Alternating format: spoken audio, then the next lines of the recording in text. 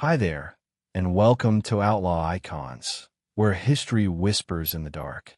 Tonight, we step into the silent corridors of power, into the world of a man who didn't need a shout to be feared. Paul Vario. To most, he was the quiet businessman from Brooklyn. To the FBI, he was one of the most powerful capos the Lucchese family ever had. And to those inside his crew, he was the forgotten Goodfellas godfather, the man who made the world of Henry Hill and Jimmy Burke possible. Before we begin, drop a comment below. Where in the world are you listening from, and what time is it right now? We love seeing our underworld stretch across countries and time zones. Now, take a breath, let the noise fade away, and step with us into the shadows, where loyalty was currency, silence was power, and betrayal had only one punishment. This is Outlaw Icons, your sleepy dawn. And if you haven't already, hit that subscribe button so you never miss a story from the dark side of history. Because every week, we dig deeper into the men who built empires in the shadows and paid the price for it. Chapter 1. Roots in Brooklyn, 1914-1930s. Brooklyn, summer of 1931. The air smelled of hot tar and cheap cigars, and the sidewalks hummed with the kind of tension only poverty can breed. A young man leaned against a lamppost on East 96th Street, his sleeves rolled up, eyes half hidden beneath the brim of a fedora. His name was Paul Vario, though most people on the block just called him Paulie. At 17, he already carried himself like someone twice his age, not because of wisdom, but because of survival. He learned early that in Brooklyn, if you didn't make the rules, you were crushed by them. That day, he was about to make his first real mistake, the kind that would set his path for life. But to understand that moment, you have to go back to where it all began. Paul was born in New York City on July 10th, 1914, to Italian immigrants who came with nothing but calloused hands and old country dreams. His father, a bricklayer, believed in honest work, but honest work didn't pay the rent on Knickerbocker Avenue. The Great War had ended, but the streets were still filled with the hungry, men begging for a break that would never come. The Vario family lived in a cramped tenement where the wallpaper peeled and the noise never stopped. Paul shared a bed with his brothers, and even as a child, he watched his mother's eyes tighten when the landlord came knocking. That look stayed with him, the quiet fear of a woman who'd done everything right but still had nothing to show for it. By the time he was 10, Paul understood two truths about Brooklyn. First, nobody gave you anything. Second, the men who had money didn't talk about where it came from. They wore good suits, carried themselves with calm confidence, and always had someone ready to open the door for them. Paul didn't just admire them, he studied them. The way they moved through the neighborhood, how the butcher would weigh their meat a little lighter, how the cops nodded respectfully when they passed. In a world that looked down on immigrants, these men were untouchable. They weren't just gangsters. They were proof that power could be earned outside the system. When Prohibition hit, Brooklyn became an ecosystem of shadows. The sound of jazz bled from basement speakeasies, and trucks moved through the night like ghosts carrying liquid gold. To a kid like Paul, it wasn't crime, it was opportunity. He started as a runner, delivering small packages for a corner bar that didn't officially exist. He didn't ask what was inside. Sometimes it was envelopes, sometimes bottles. But every delivery came with a little cash and a nod of approval. That nod meant more than the money. It meant he was seen. He was a smart kid, sharper than his rough edges suggested. Teachers noticed it, but so did the wrong kind of men. By 16, Paul was skipping school and running errands for neighborhood crews, cleaning cars, collecting bets, standing watch while others did the real work. Every job was a lesson. He learned which cops could be paid, which couldn't, and how to read a man's temper before it exploded. The streets became his classroom, and respect was the diploma he was chasing. Brooklyn in the 1920s wasn't just tough, it was alive with the kind of restless energy that made or broke people. Every block had its own rules, its own bosses, and its own unspoken lines of control. The Irish ran the docks, the Italians ran the markets, and the Jews handled the money. It wasn't about color or faith. It was about survival through power. If you crossed the line, You didn't get a warning. You disappeared. Paul grew up in that balance. A world where silence was safer than courage, and where the difference between loyalty and death was just a name whispered in the wrong ear. He started earning his reputation the old-fashioned way, with fists. One night outside a Brooklyn pool hall, he got into a fight that would become local legend. A neighborhood tough, twice his size, shoved him for looking too long. Paul didn't back down. He broke the man's nose and two of his ribs before anyone could pull him off. It wasn't about violence. It was about sending a message. He wasn't just another kid from the block. He was someone you didn't forget. The next day, the local bookmaker slipped him $10 for security work. That was more money than his father made in a week. In that moment, Paul stopped dreaming of an honest life. But every rise begins with a stumble. And for Paul, the stumble came soon. His first arrest was almost comical, stealing a truckload of empty beer barrels to sell for scrap. The cops caught him before he got off the block. He spent the night in a holding cell that smelled like sweat and cheap whiskey. Most kids would have been scared straight. Paul wasn't. He sat there quietly, memorizing everything. How the cops talked, who they respected, who they didn't. When he was released, he walked out with a smirk, already calculating how to do it better next time. That was the difference between Paul and most men. He didn't fear consequence. He studied it. By 18, he was dabbling in everything. Petty theft, running numbers, a little bootlegging when he could. He learned that crime, like any business, had structure. At the bottom were the kids like him, doing grunt work. Above them were the soldiers, men who carried guns and fear in equal measure. And above them were the ones who never got their hands dirty, but controlled everything with a quiet word or a raised eyebrow. Paul wanted to be one of them. He didn't care about glory. He cared about control. The end of Prohibition in 1933 didn't slow him down. While others scrambled to find new rackets, Paul saw the opening. The streets were full of unemployed enforcers, drivers, and bootleggers, all looking for direction. He stepped in quietly, organizing small operations around Canarsie and Brownsville. Nothing major, just enough to keep money moving. He ran poker games, took a cut from bar owners, and kept order among the small-time crooks. He wasn't a boss yet, but the neighborhood treated him like one. Even the cops started using his name with caution. Still, Brooklyn was a dangerous place to stand out.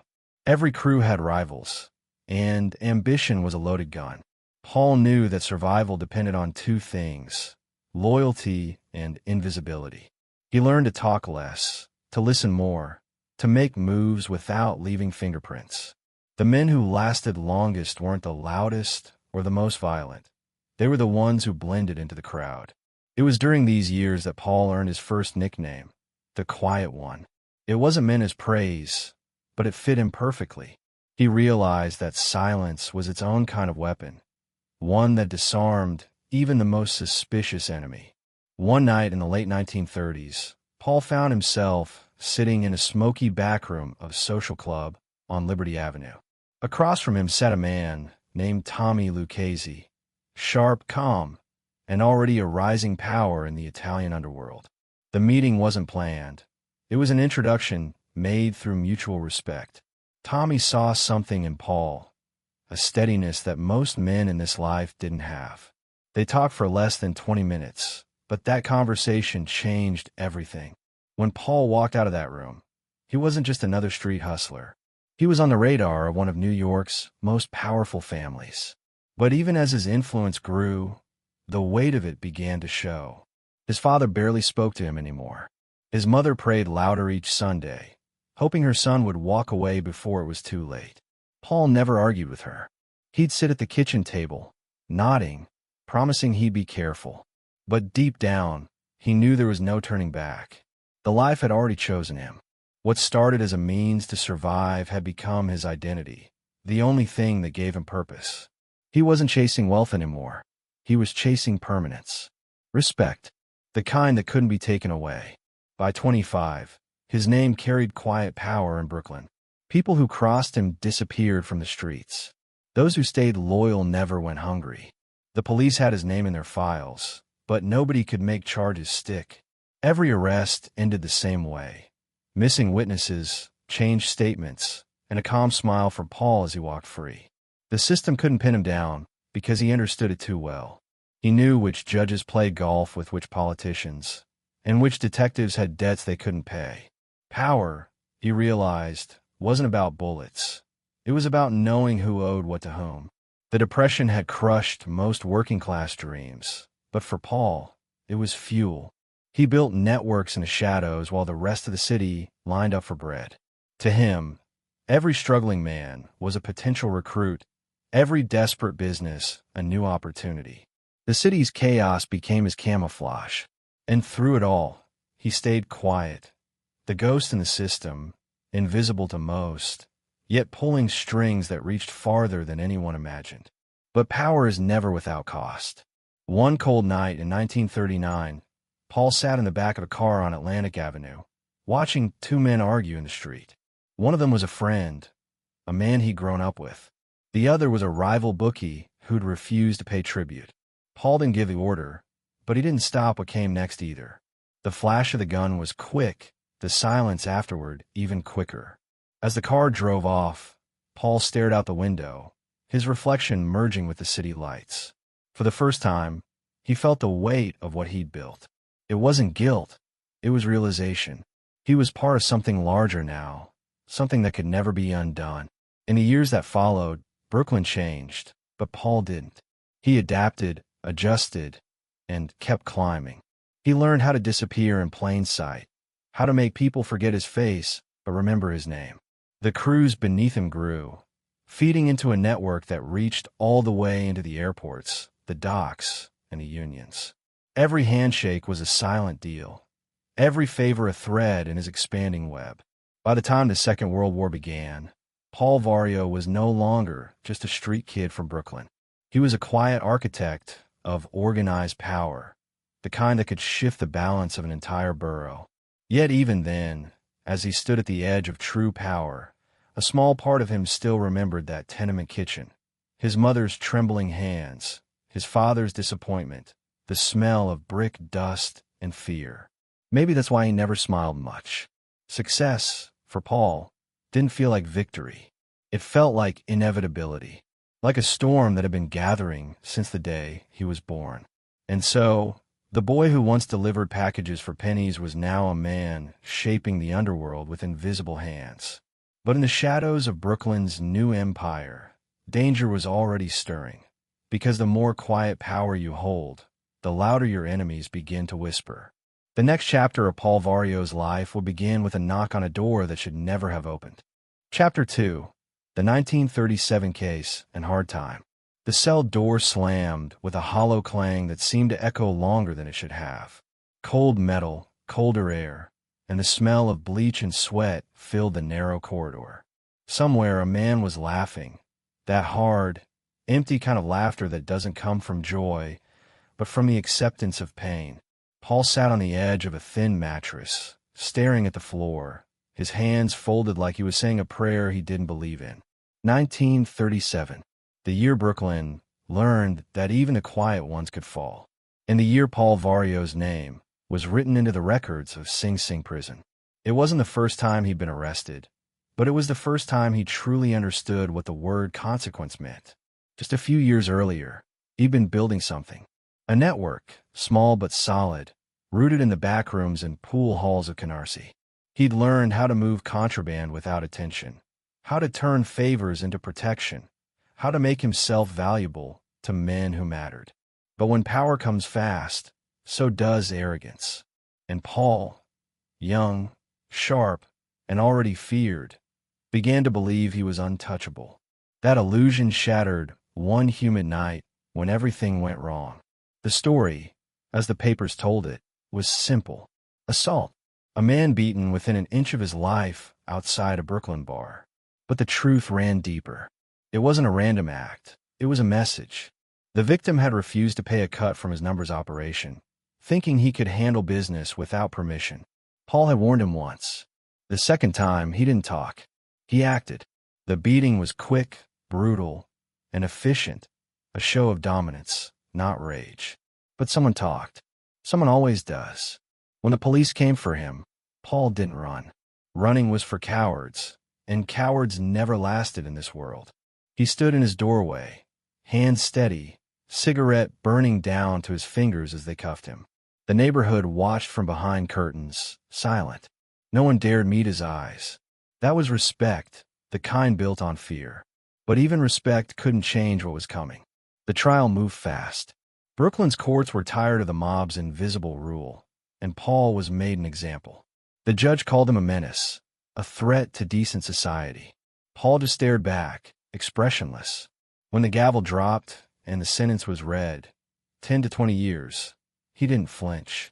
Inside, though, something shifted. The streets had always been his kingdom. Now, the kingdom was gone, and all that remained were walls, bars, and silence. Sing Sing wasn't built to rehabilitate men like Paul. It was built to break them.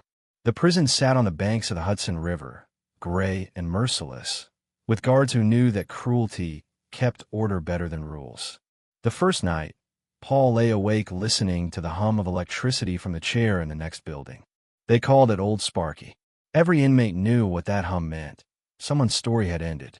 It was a reminder that in here, nobody was untouchable. At first, Paul tried to keep his head down. He followed the routine, did his work, spoke little.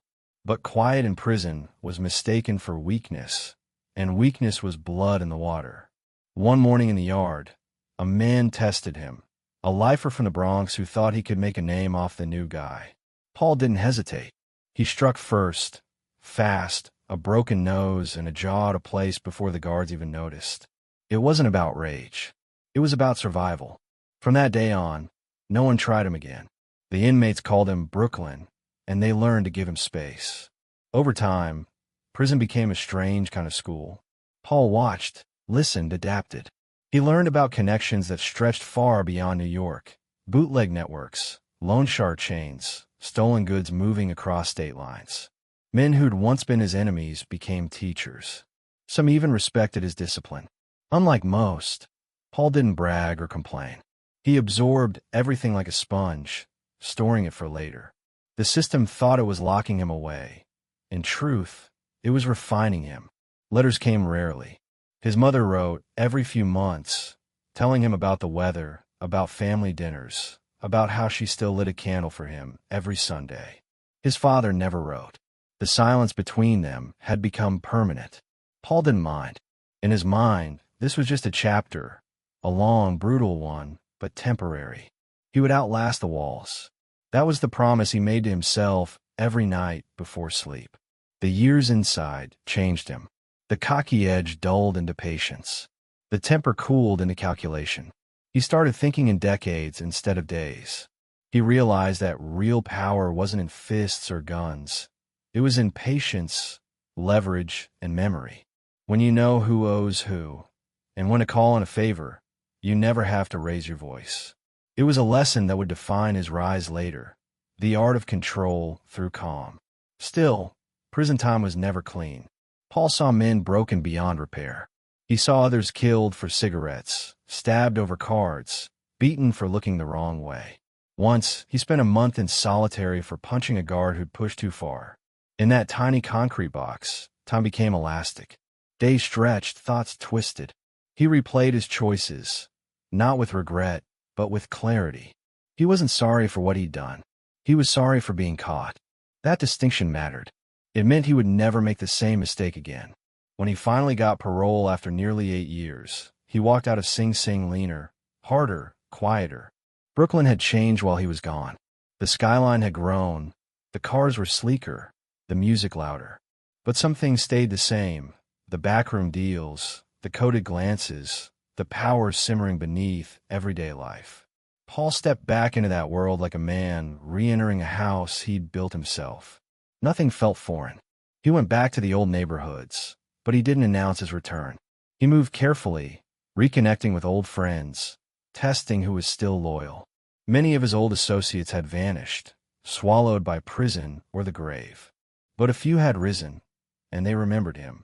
To them, Paul wasn't just another ex-con. He was a survivor, a man who'd done real time and come out stronger. In the underworld, that was currency. One of those who still remembered was Tommy Lucchese. By now, Tommy had climbed high in the Lucchese family hierarchy. He was smart, understated, and respected by all 5 families. Tommy didn't forget people who kept their word, and Paul had never broken his. Within months, Paul found himself under Lucchese's wing. Not officially yet, but close enough to feel the power radiating from proximity. He started small again, overseeing gambling spots, collecting debts, smoothing over disputes. But this time, he worked with precision. Every decision was measured, every move designed to build long-term stability. For all his new discipline, the years hadn't softened him. When he needed to enforce, he did it with cold efficiency. Violence wasn't a thrill. It was punctuation, the period at the end of a sentence that needed saying. People who crossed him rarely made the same mistake twice. Word spread quietly through Brooklyn's bars and union halls. Paul Vario was back, and this time, he wasn't just another tough guy. He was something else entirely. Controlled, strategic, dangerous in silence. In the evenings, he'd sit in a booth at Gefkin's bar, the future hub of his empire, nursing a drink and saying little. Men came and went, handing him envelopes, asking for advice, seeking permission. He rarely gave direct orders. Instead, he'd listen, nod, and let silence do the talking. People filled silence with obedience. It was a psychological trick he'd learned behind bars, the power of stillness. Yet even as he rebuilt his position, part of him remained haunted by those prison years. Not by fear, but by what he'd lost. Time mostly. Youth. He was in his 40s now, though he still moved with the quiet authority of a man who didn't need to prove anything. Sometimes, late at night, he'd walk alone through the streets of Canarsie, looking at the row houses, the flicker of TVs and windows, the children laughing on stoops. He'd wonder, briefly, if another life had ever been possible. But then a car would slow near the curb, someone would lower a window, and an envelope would exchange hands. The thought would vanish. This was his life. This was what he'd earned. Inside the Lucchese structure, Paul's rise was methodical. He didn't seek attention. He let others chase headlines, get careless, attract heat. The bosses appreciated his steadiness. They called him reliable, the kind of man who could be trusted with anything. It was rare praise in a world built on betrayal. He began overseeing multiple crews, handling loan sharking, extortion, and control of trucking operations. His network touched JFK Airport long before the name meant money to the mob. Paul had learned something invaluable in prison. Crime, like business, was about logistics. If you controlled movement, you controlled profit. His father died during those years. Paul didn't go to the funeral. Some said it was cold. Others said it was guilt. Maybe it was both. But he sent money for the burial, and that was enough. For Paul, emotion was a weakness he couldn't afford. In his mind, love was loyalty, and loyalty was shown through action, not tears. Brooklyn was changing again.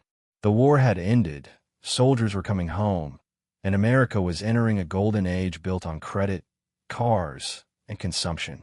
To most, it looked like prosperity. To Paul, it looked like opportunity. More money in pockets meant more gambling, more debts, more leverage. He diversified, betting parlors, vending routes, and soon, deeper connections with the unions. The quiet boy who once delivered beer bottles was now pulling strings that reached into legitimate industries. The lines between lawful and unlawful blurred until they were meaningless. Still, memories of Sing Sing followed him like a shadow. He hired ex-cons, not out of charity, but because he understood them. Men who had been caged learned obedience and caution, traits that made them useful. They owed him, and he never forgot who owed him what. He built loyalty the way a mason builds a wall, one brick at a time, tight, deliberate, unbreakable. There were moments, though, when cracks showed. Nights when he'd drink alone, eyes fixed on nothing, cigarette smoke curling like ghosts in the dim light. Once, an old friend from the neighborhood asked him if prison had scared him straight. Paul just laughed, a low, quiet laugh that didn't reach his eyes. "It didn't scare me," he said softly. "It showed me who I am." Those words summed up everything about him. Prison hadn't destroyed him. It had clarified him. It stripped away illusion and left only ambition. From then on, Paul Vario lived with one goal: to build something that would outlast him, to create a system so woven into the city's veins that even the law couldn't pull it out. And as the 1950s approached, he was getting closer to that dream than ever. But power, no matter how quiet, always attracts noise. The men around him were growing restless. Younger, hungrier, less disciplined. They saw the money flowing and wanted more of it. Paul watched them carefully: Jimmy Burke, Henry Hill, Tommy D. Simone, names that would one day become infamous. At that time, they were just earners in his orbit, ambitious and reckless. He saw potential in them, but he also saw danger. The city was changing too. Law enforcement was evolving, learning to think like the criminals they hunted. Wiretaps, informants, undercover agents. The walls were closing in on the world Paul had spent decades mastering. But he didn't panic. He'd been behind walls before. He knew how to wait, how to adapt, how to survive. In the end, Sing Sing had given him more than it took. It taught him that control wasn't about fear. It was about patience, precision, and silence. The kind of silence that could stretch for years, until the perfect moment arrived. And that moment was coming. Because soon, the quiet man for Brooklyn would find himself at the center of something far bigger than he'd ever imagined. A crew that would change the face of American organized crime forever. And somewhere deep down, in that still part of his mind that never slept, Paul knew it was only a matter of time before the walls came closing in again. Only this time, when they did, he wouldn't be the same man walking out. Chapter 3. Back on the Street. Reentry and Lucchese ties. Early 1960s. The city looked different, but the smell was the same. Hot asphalt, exhaust, and a faint trace of coffee drifting from corner diners that never closed. Brooklyn in the early 1960s was louder, faster, brighter. The kids wore slick hair and leather jackets. The music had changed, and men who once ruled the streets were now ghosts of another era. But not Paul Vario. He didn't come home to remember the past. He came home to rebuild the future. 8 years behind bars had stripped away his youth, but not his hunger. If anything, it had sharpened it into something colder, more deliberate. When he stepped off that prison bus in 1962, he was 48 years old and ready to reclaim what was his. He didn't announce his return. Men like Paul didn't need to. Word moved faster than the newspapers. Within days, whispers were spreading through the social clubs, pool halls, and small-time joints of Brooklyn. "Paulie's back," they said. The quiet one. The one who never talked. It was the highest form of respect in their world. Silence under pressure. He'd gone away young and come back a man who had proven himself the hard way. In the code of the streets that made him untouchable. The old Canarsie neighborhood hadn't changed much. Kids still played stickball under flickering streetlights. The corner bars still smelled like beer and regret. And everyone still knew who controlled which block.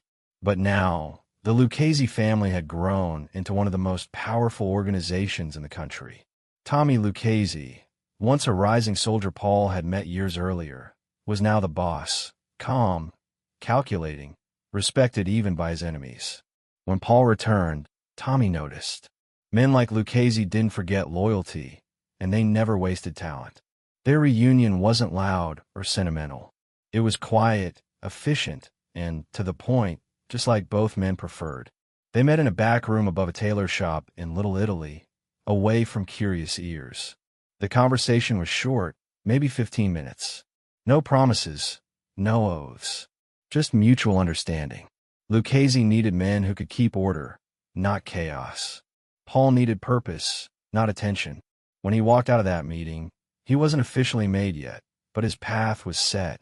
He began working under Lucchese's Cape regime, handling gambling operations and loans in Brooklyn. At first, he kept it small. He wanted to feel the streets again, to understand how they'd changed.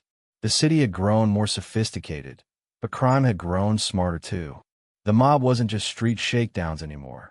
It was businesses, unions, trucks, contracts. Power was hiding in plain sight now, behind desks and paperwork. Paul adapted quickly. He wasn't just a street thug. He was a strategist. He knew how to blend the old ways of intimidation with the new ways of influence. He opened a legitimate front, a small junkyard on Avenue D. It looked like nothing special. Piles of twisted metal, rusted cars, grease-stained workers. But behind the office door, the junkyard became the hub of his growing network. Men came and went with envelopes, cash, and whispers. Deals were made under the hum of machinery. It was perfect cover, noisy, filthy, and ordinary. No one looked twice. The junkyard became his fortress, a place where he could operate without drawing heat. Even the cops who drove by didn't realize that half the trucks they saw belonged to his crews. From there, Paul started rebuilding his own crew. Not just muscle, thinkers, earners, reliable men who knew how to stay quiet. Among them were a few young faces who would later become infamous. One of them was Jimmy Burke, known later as Jimmy the Gent. Half Irish, half demon, Burke was a thief with a talent for making money out of thin air and a smile that hit a temper like a loaded gun. Paul saw potential in him, not because he was violent, but because he was efficient. Jimmy never acted out of emotion. Every move was business. That's what Paul liked about him. Another was Henry Hill, a kid from Brownsville with slick charm and endless curiosity. Henry wasn't made material because of his Irish blood, but he was clever, adaptable, and loyal. He had a knack for finding angles in every situation. Paul liked him too. He saw in Henry a younger version of himself, hungry, eager to learn, but still naive about how deep the shadows ran. And then there was Tommy DeSimone, barely a man, all energy and ambition. Together, they formed the core of what would later become one of the most feared crews in New York. Paul's leadership style was simple but effective, control without chaos. He didn't yell, didn't threaten, didn't need to wave a gun to make a point. One quiet look from him carried more weight than a dozen shouts from other bosses. He treated his men like family, but a family that knew its hierarchy. You earned your place. You followed the rules. And if you didn't, you vanished. He built his empire not through bloodshed, but through business. Trucking companies, construction, air freight, and the unions that tied them all together. Paul had his fingers in everything. He understood that the real money wasn't in street corner bookies anymore. It was in the arteries of the city, the flow of goods, labor, and contracts. He made friends in the Teamsters, in airport logistics, even in city permits. Everyone owed someone something, and somehow, all roads led back to him. But as organized as he was, Paul never forgot the lessons of Sing Sing. He knew that success drew eyes, from cops, rivals, even his own family. So he cultivated invisibility. He rarely appeared in photos, avoided flashy cars, and stayed out of headlines. He preferred a quiet dinner with trusted men over grand parties. His voice was low, his tone even. He was the opposite of the flamboyant gangsters Hollywood loved to imagine. That's why he lasted as long as he did, because he never needed the world to know his name. Still, success always carries shadows. The late nights at Gefkin's bar became ritual, smoke hanging in the air, money counted in the back room, laughter masking tension. The bar was technically owned by a friend, but everyone knew it was Paul's domain. It was there that new deals were born and old scores settled. The regulars knew when to leave, especially when Paul's inner circle arrived. They spoke softly, but the stakes were always high. Through the 60s, his power grew quietly, like vines spreading under the surface. He didn't seek headlines, but his influence touched everything from the racetracks to JFK Airport. If you wanted to move goods through certain terminals, you paid tribute. If you wanted your union contract approved, you talked to the right man, and those men answered to Paul. To outsiders, it looked like coincidence.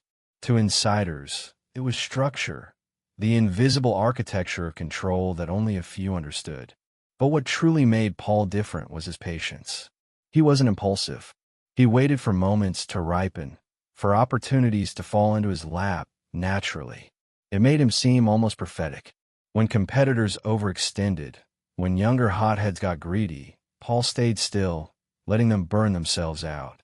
He'd quietly absorb their operations afterward, as if it had been planned all along. He was a chess player in a world full of dice throwers. There were moments, though, when cracks appeared behind that calm mask. Sometimes at night, after the bar closed, he'd linger with a glass of scotch, his eyes distant. He never talked about prison, but it was always there, the invisible weight in his silence. A few close friends said he had nightmares, though no one ever dared ask. Whatever ghosts haunted him, he kept them buried beneath layers of discipline. As his influence deepened, so did his reputation. Within the Lucchese family, he was now a made man, officially recognized and respected. His crew became known for being reliable, the kind of men who could be trusted with high-stakes jobs. Lucchese himself valued Paul's restraint. While other crews caused heat with public violence, Paul kept things clean, controlled, professional. He preferred manipulation over mayhem. It wasn't morality, it was efficiency. Blood drew cops, silence drew money. Still, the law was never blind for long. By the late 60s, federal agencies had started paying closer attention to the mafia's growing economic influence. The FBI had begun wiretapping social clubs, tracking movements, building cases that would later reshape organized crime. Paul was careful, but the walls were tightening. He started using more layers, buffers between himself and the operations. He communicated through trusted men only, never over phones. Every message was verbal, every deal face-to-face.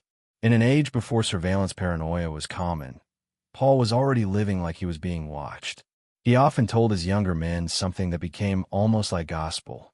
The trick isn't staying out of trouble. The trick is making them forget you were ever there. It sounded cryptic at first, but those who understood it survived. It was his creed, invisibility is armor. By now, his junkyard operation had expanded into multiple fronts. There were trucking routes, auto shops, bars, and even a few legitimate small businesses that paid taxes on time. On paper, Paul was a hardworking businessman with a modest empire.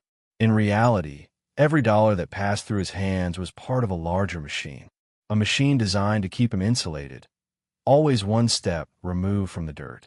His home life was quieter but complicated. He had a wife, sons, and daughters, but his true devotion was to the life. He tried to keep his family separate, though the lines blurred often. His sons admired him, but feared him too. They saw the men who came and went, the quiet conversations that ended with envelopes and handshakes. They knew better than to ask questions. To them, he wasn't just a father. He was a figure of power, something half mythical, half terrifying.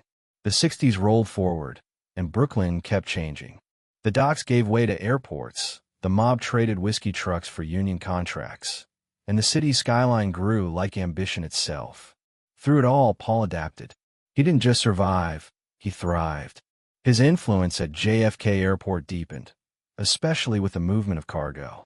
Everything that landed or left that tarmac had invisible taxes attached to it. Pieces skimmed here, cuts taken there. No one said his name aloud, but everyone knew who controlled it. And yet, the more power he accumulated, the more he retreated into silence. He no longer needed to be present for every deal. His word carried across boroughs. He could sit in his bar, light a cigarette, and with one quiet nod decide the fate of a dozen men.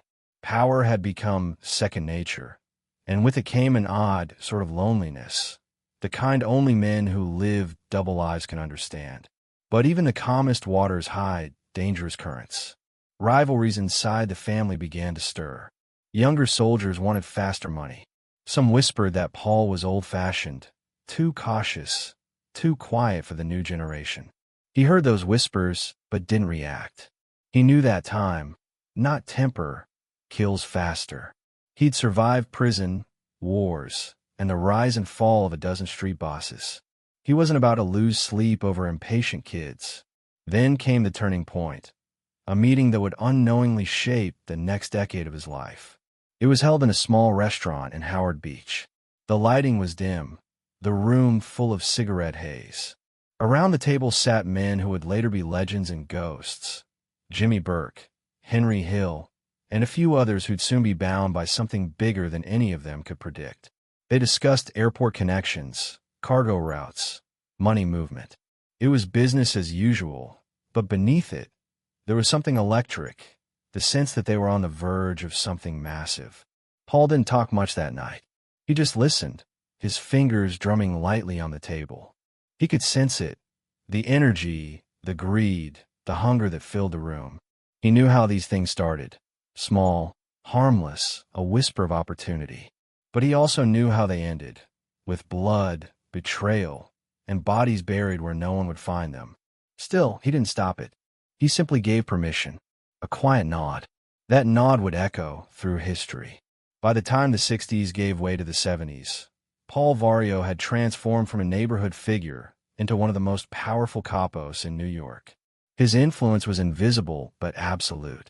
To outsiders, he was a simple businessman with a gravelly voice and tired eyes. To those in the know, he was the backbone of the Lucchese operations, the man who made sure everything ran smoothly, quietly, efficiently. But as history would soon prove, quiet empires can make the loudest explosions. And Paul, the man who built his life on patience, silence, and control, was about to watch his world spin faster than even he could manage. Because soon, the streets around JFK would hum with a different kind of noise. The kind that comes before chaos.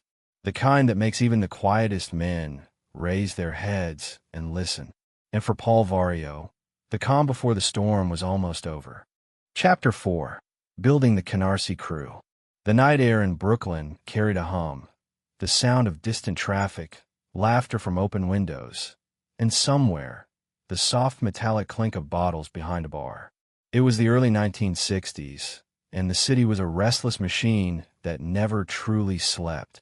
In Canarsie, the streets had a rhythm of their own. Men in dark suits standing under flickering neon, deals made with handshakes and half-truths. It was here, among the cracked sidewalks and unspoken rules, that Paul Vario began to build what would become one of the most profitable and dangerous crews in the history of organized crime. A crew so disciplined, so quietly effective, that even other families looked at it with a mix of respect and caution. And at the center of it all was Paul, calm, reserved, the eye in the storm. It started small, as most empires do. Paul didn't recruit men. He selected them. Every person who came under his wing had something specific: skill, loyalty, or nerve. Sometimes all three. He built slowly, carefully, like a craftsman fitting pieces of a puzzle only he could see. The junkyard on Avenue D was the foundation. It looked ordinary: rusted cars stacked high, mechanics covered in grease, the faint smell of gasoline in the air. But behind its dented gates, business thrived.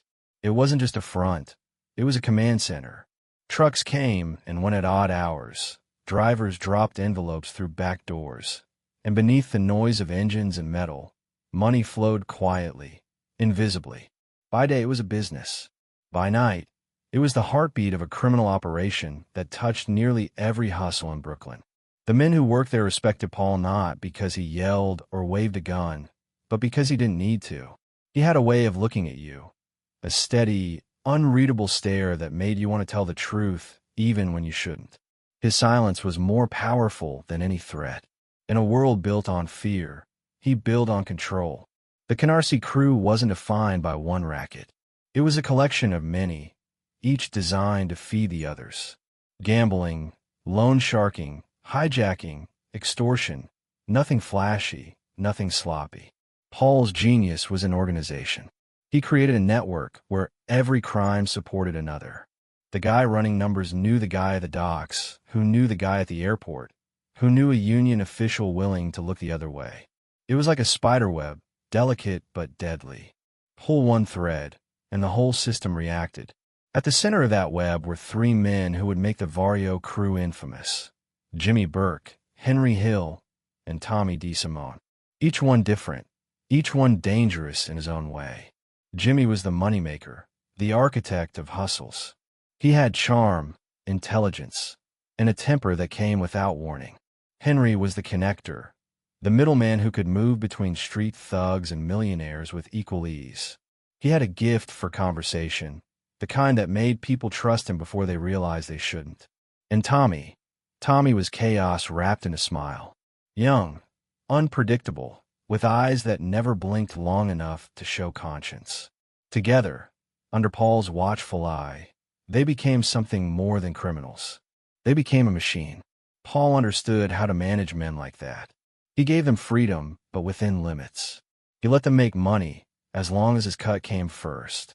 He didn't interfere in their day-to-day business unless he had to. But when he spoke, everyone listened. He didn't waste words, and he never repeated himself. That was the rule.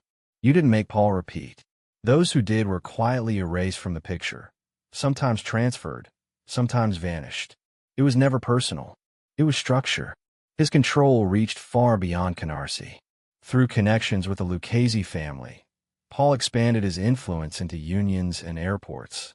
JFK Airport, then still called Idlewild, became a gold mine. Thousands of trucks, millions in cargo, and no real oversight. It was the perfect storm for men who knew how to make things disappear. With the right union men on the payroll and the right guards looking away, entire shipments could vanish into thin air, replaced by silence and envelopes of cash. The beauty of it was in the simplicity. No gunfire, no witnesses, no noise. Just trucks that left and never arrived. Paul made sure his crew understood one principle above all. Violence was a last resort. It wasn't morality. It was business.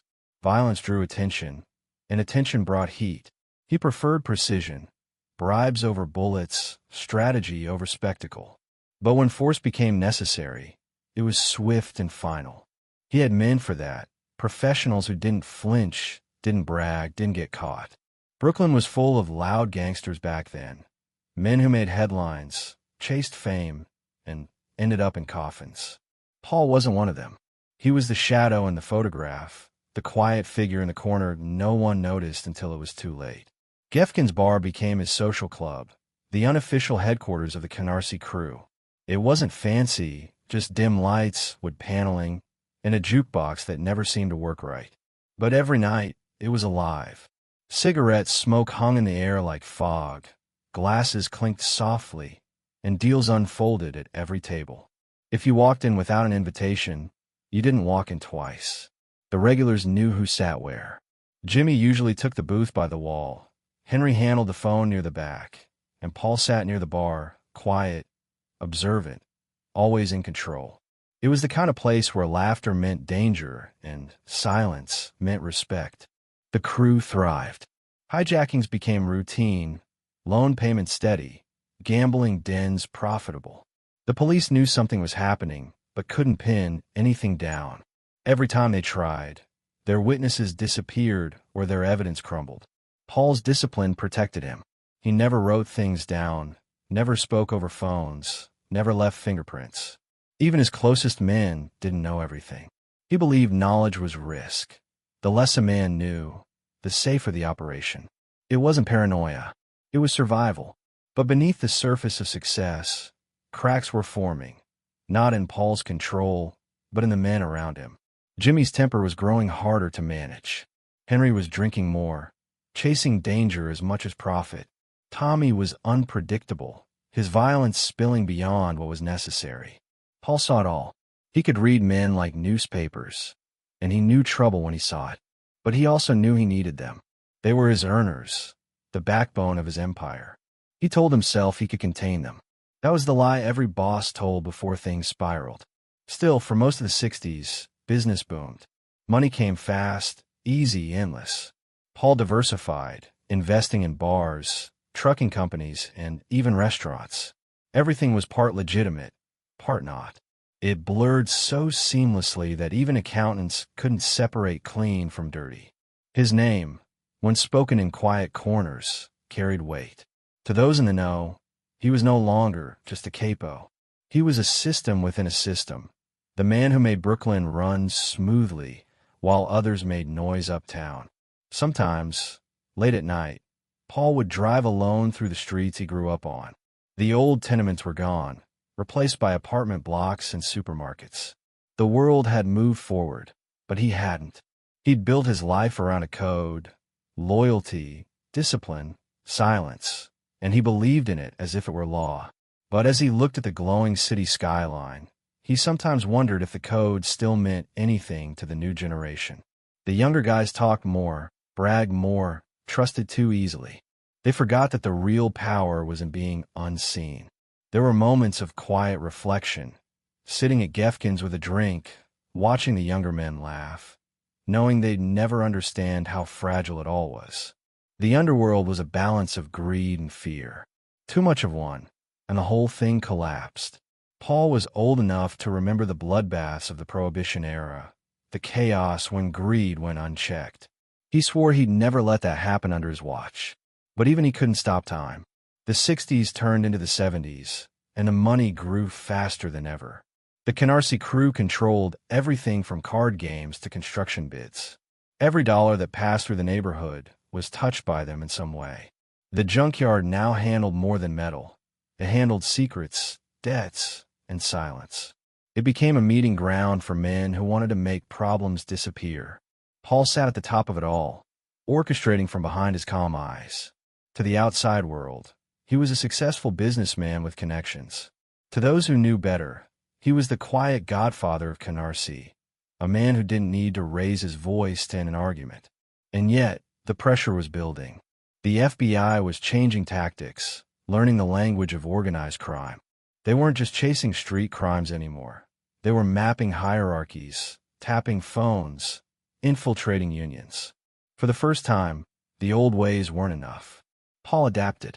He started using coded language, rotating meeting places, relying more on face-to-face contact. He became even quieter, blending deeper into the background. He was too smart to get caught in the open. But while he kept his head down, the younger men around him were getting reckless. Jimmy was pulling bigger scores, hijacking trucks that carried goods worth fortunes. Henry was running point on everything, coordinating drivers and deliveries, making sure Paul's cut arrived clean. Tommy, however, was becoming a liability. His temper and love of chaos were drawing heat, and Paul knew that sooner or later, the boy's recklessness would light a fire too big to control. One evening, in the back of the junkyard, Paul called Jimmy and Henry into his office. The door closed softly, the room dim except for the desk lamp casting long shadows on the walls. He spoke quietly, his voice steady. "You keep the heat off," he said. "I don't care how much money there is. If it brings attention, it's bad business." The two men nodded, but Paul could see it in their eyes. They were too far gone into the thrill of it all. Money was a drug, and they were hooked. Outside, the world kept moving. The Lucchese family's operations expanded, the city's corruption deepened, and Paul's power solidified. But deep inside, he sensed something shifting. The streets felt different now, colder, hungrier. The old loyalty was fading, replaced by greed and ego. He didn't show it, but it worried him. He'd built his crew on discipline, and discipline was slipping away like sand through his fingers. Still, to anyone watching, Paul seemed untouchable. He was respected by his peers, feared by rivals, and admired by his men. He had money, power, and control, but he also had enemies he couldn't see: law enforcement, informants, even time itself. The cracks were widening, though he refused to admit it. The empire he'd built with silence and precision was standing on invisible fault lines. And somewhere in the heart of Brooklyn, a plan was beginning to take shape, one that would change everything. A plan involving an airport, millions in unmarked bills, and the kind of opportunity no criminal could resist. It would become the stuff of legend. But for now, in those quiet years before it all erupted, Paul Vario sat in his bar, glass in hand, the jukebox humming faintly behind him, unaware that his careful world was about to spin out of control. He had spent decades mastering patience, building order from chaos. But soon, chaos would come knocking on his door. And this time, even the quiet godfather of Canarsie wouldn't be able to silence it. Chapter 5. Airport Economy. Seizing the cargo rackets. The wind that swept across JFK Airport in the early 1970s carried more than the scent of jet fuel and ocean air. It carried opportunity, the kind only a man like Paul Vario could recognize. To most people, The airport was just another piece of the city, a sprawling maze of terminals, warehouses, and cargo bays. To Paul, it was something else entirely. It was a gold mine hiding in plain sight, a place where millions of dollars in goods moved every day: cash, jewelry, electronics, and liquor, with little more than a paper trail to protect them. The world saw progress, global trade, the modern economy. Paul saw an open door, and he had the men to walk right through it. By the time the decade began, the Canarsie crew had already outgrown Brooklyn's backstreets. They didn't just control local gambling and loan sharking anymore. They had their hands in the arteries of New York's commerce. Trucks, shipping docks, and now air cargo. It was all part of the same system, just on a grander scale. The airport was the perfect racket: loud, busy, and full of people who minded their own business. Paul didn't need violence or chaos to take control. All he needed was patience, precision, and a few well-placed friends in the right uniforms. The connections started small: a few baggage handlers, a foreman, maybe a union man or two. Paul understood human nature better than most. He knew that everyone wanted something: a little extra money, a promotion, a favor. He used those ones like tools. A few $100s slipped into the right hands, and doors started opening. Soon, the crew had access to warehouses, storage manifests, and loading schedules. They knew which shipments were valuable before they even arrived. It wasn't about stealing everything. It was about knowing exactly what to steal. Jimmy Burke handled most of the airport work. Paul trusted him with it completely. Jimmy had a genius for logistics. He could move stolen goods like a freight company without ever filling out a form. The men called it busting out cargo, but it was cleaner than that. Boxes disappeared from the system, paperwork was adjusted, and by the time anyone noticed, the goods were already sold, the cash divided, the evidence gone. It was theft disguised as efficiency. Henry Hill often described the airport as their playground. At night, the runways glowed like veins of gold, and the warehouses buzzed with forklifts and voices. The crew moved like ghosts, slipping in and out without a sound. Sometimes they'd hit small shipments: liquor, cigarettes, or fur coats. Other times, it was bigger: boxes of cash, jewelry, or electronics straight from overseas. The money was good, but what made it better was how safe it felt. There were no alarms, no guns, no witnesses, just business. Paul oversaw everything from a distance. He didn't need to step foot inside the airport to own it. His men gave him reports, envelopes came in on schedule, and if someone got too curious, a reminder was quietly delivered. He kept the operation disciplined, structured, almost corporate. In a way, it was corporate, just without the stockholders. He even used legitimate trucking companies to move the stolen goods. The lines between lawful and unlawful blurred until even the FBI couldn't tell where one ended and the other began. To the Lucchese family, this new revenue stream was a revelation. The airport was safer than the streets, and the profits dwarfed what traditional rackets made.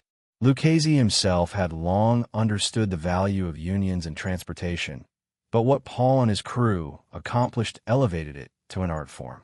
They didn't just steal, they managed, taxed, and controlled an entire system. Everyone who wanted a piece of airport business had to go through them. And if you didn't, your trucks stopped moving, your workers stopped showing up, and your shipments mysteriously vanished. The genius of it all was that nobody outside their circle even realized how deep it went. The FBI called it racketeering, but to Paul, it was economics. He didn't see himself as a thief.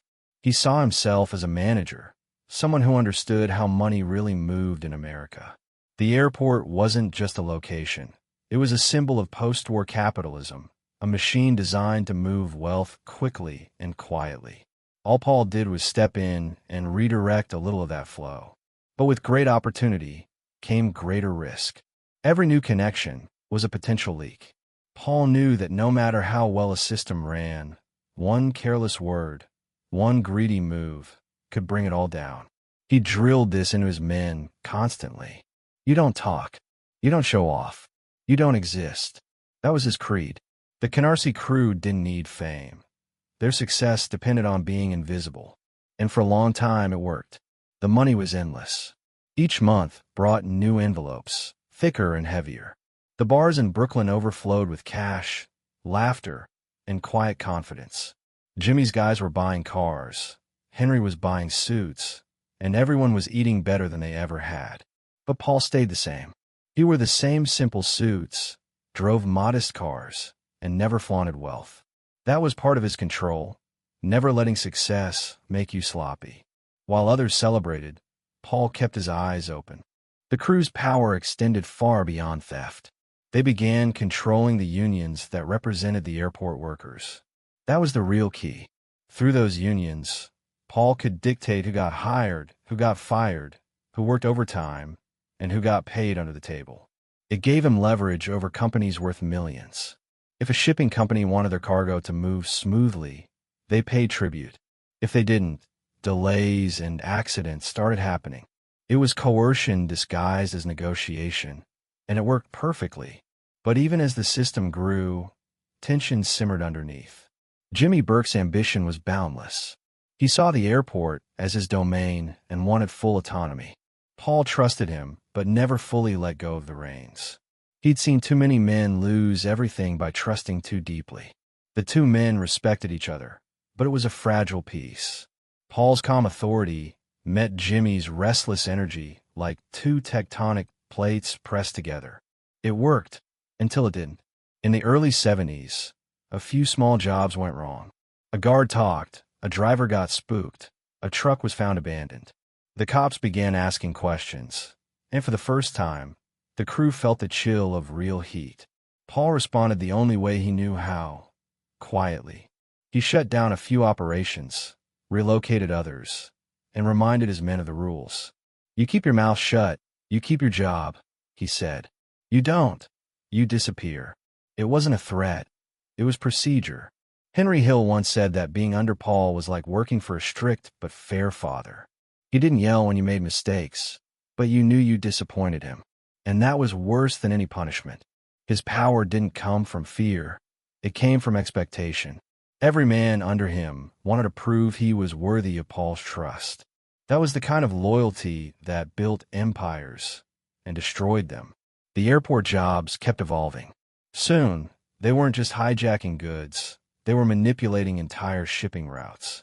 Trucks loaded with cargo would vanish, only to reappear days later, accidentally misplaced. Insurance payouts were filed, money changed hands, and everyone profited.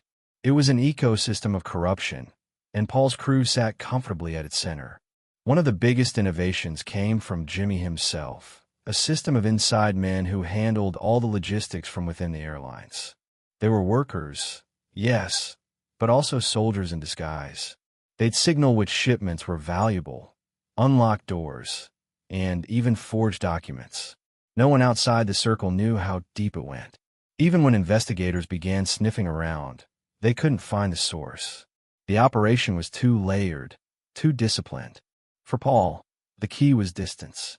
He never appeared near the action, never spoke about jobs directly. He used coded language, vague phrases, and intermediaries. If something went wrong, the trail stopped long before it reached him. That separation saved him more than once. When the FBI started mapping connections between the Lucchese family and the airport rackets, Paul's name appeared only in whispers. He was the man behind the curtain, seen by everyone, known by no one. But success has a way of breeding overconfidence. The younger men began taking bigger risks. They were flush with money, drunk on their own legend. To them, the airport felt invincible, untouchable. And in that illusion of safety, small cracks began to form. A word spoken too loudly in a bar. A favor done for the wrong person. A name mentioned over a phone line. The kind of mistakes Paul had spent his life avoiding were now creeping into his empire. He noticed, and it worried him. One night, sitting in the back office of Gefkin's bar, Paul watched as Henry and Jimmy argued over money. It started small, percentages, shares, timing. But underneath, Paul sensed something deeper, ego. The kind that destroyed partnerships. He let them finish before speaking. You both forget, he said quietly. The money don't mean nothing if you can't spend it free. They nodded, embarrassed, but Paul knew the truth. Greed was already eating away at the edges of his control.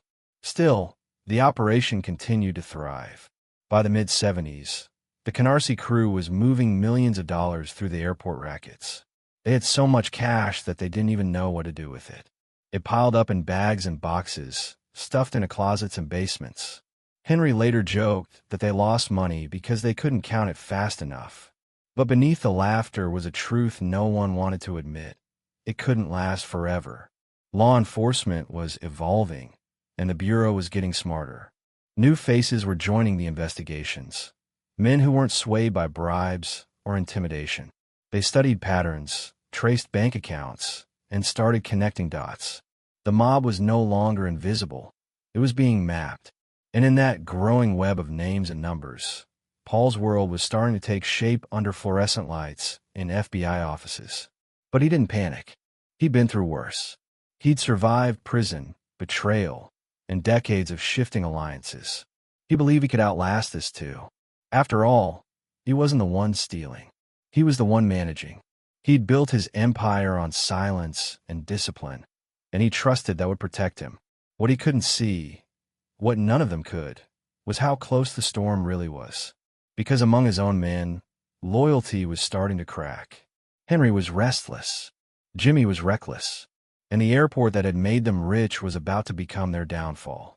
Within a few short years, one job, one spectacular, impossible, perfect job, would bring everything crashing down. But for now, the machines roared, the planes soared, and money flowed through the veins of the airport like lifeblood. And in a quiet bar miles away, Paul Vario lifted a glass, unaware that the empire he'd built from silence was about to echo across history with the loudest crime New York had ever heard. The countdown had already begun to a night of stolen millions, missing men, and the sound of the walls closing in. The world would remember it as the Lufthansa heist. But for Paul, it would be remembered as the moment the quiet godfather of Canarsie finally found himself standing in the noise. What none of them realized was that the heist would become the single most infamous robbery in American history, and the beginning of their downfall. In the weeks leading up to the job, Jimmy's crew prepared with almost military precision. They gathered equipment, secured vehicles, studied guard rotations. Paul stayed distant, managing the broader Lucchese operations and keeping his name far from the whispers surrounding the airport. He trusted Jimmy's ability to deliver, and Jimmy did. On the cold morning of December 11th, 1978, a group of masked men entered the Lufthansa cargo terminal. In just under an hour, they executed one of the cleanest robberies in criminal history.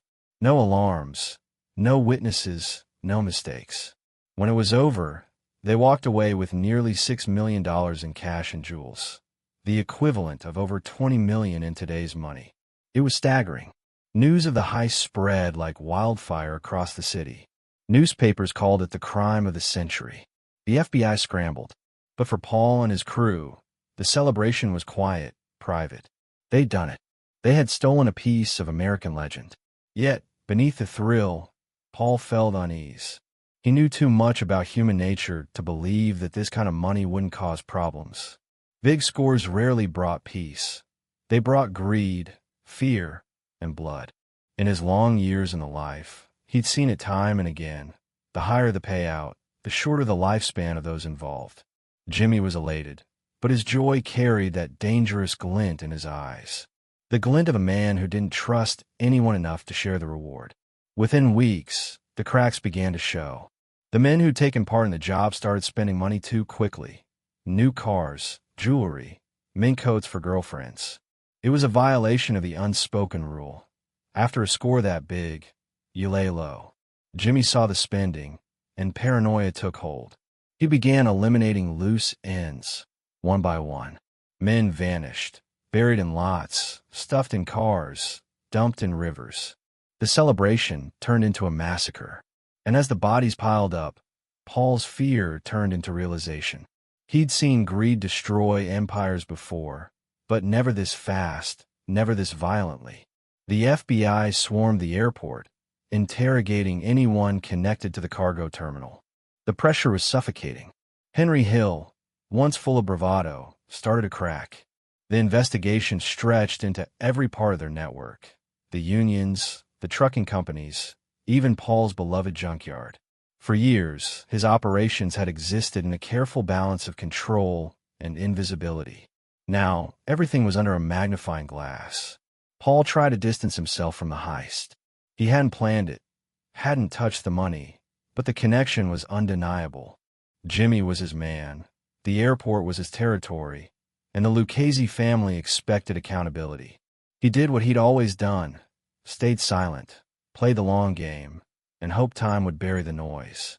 But the noise kept growing. The newspapers wouldn't let it die, the FBI wouldn't back off, and the streets wouldn't stop whispering. Meanwhile, Jimmy's paranoia deepened. He started suspecting everyone, even Henry. He'd become a man haunted by his own brilliance. The money that was supposed to bring freedom brought only fear. Paul watched from a distance, helpless to control it now. The machine he'd built, once flawless, was spinning out of control. The quiet structure he'd created, where loyalty and silence ruled, was crumbling under the weight of ego and greed. For decades, Paul Vario had been the master of calm, the man who ruled through patience and silence. But now he was trapped in the noise. He saw what was coming. The arrests, the betrayals, the trials. He'd survived everything before, prison, rivals, law enforcement, but this felt different. This time, the danger wasn't coming from outside. It was coming from inside his own circle. Late one evening, Henry walked into Gefkin's bar looking pale and nervous. He'd been drinking, his hands shaking. Paul looked up from his seat, studying him. "You look sick," he said softly. Henry forced a smile, but it didn't reach his eyes. He knew, deep down, that the walls were closing in. He could feel the FBI breathing down his neck. Paul didn't ask questions. He already knew the truth. One of his own was going to flip. In the months that followed, Henry Hill would make the decision that shattered everything. He'd become an informant, testifying against the very men who had made him. And with that, the quiet empire Paul Vario had built over decades would begin to unravel, thread by thread. But in 1975, none of that had happened yet. Not the heist, not the betrayals, not the downfall. In that dimly lit bar, as the jukebox hummed and laughter filled the air, Paul and Jimmy still believed they were untouchable. They sat across from each other, two sides of the same coin, one quiet and patient, the other bold and reckless. Both blind to the fact that their partnership, the empire they'd built together, was already carrying the seed of its destruction. The Burke connection had made them rich beyond imagination, but it would also become the fault line that split everything open. For now, though, they raised their glasses, toasting the silence they'd mistaken for safety, unaware that somewhere in that silence, the first echoes of the end were already beginning to whisper. Chapter 6. The Burke Connection. The night was cold, the kind of winter chill that bit through even the thickest coat. A thin mist hung over Brooklyn streets, and a black sedan idled outside Gefkin's bar, its headlights off, engine humming quietly. Inside, laughter echoed against the wood-paneled walls, low, masculine, laced with the weight of money and whiskey.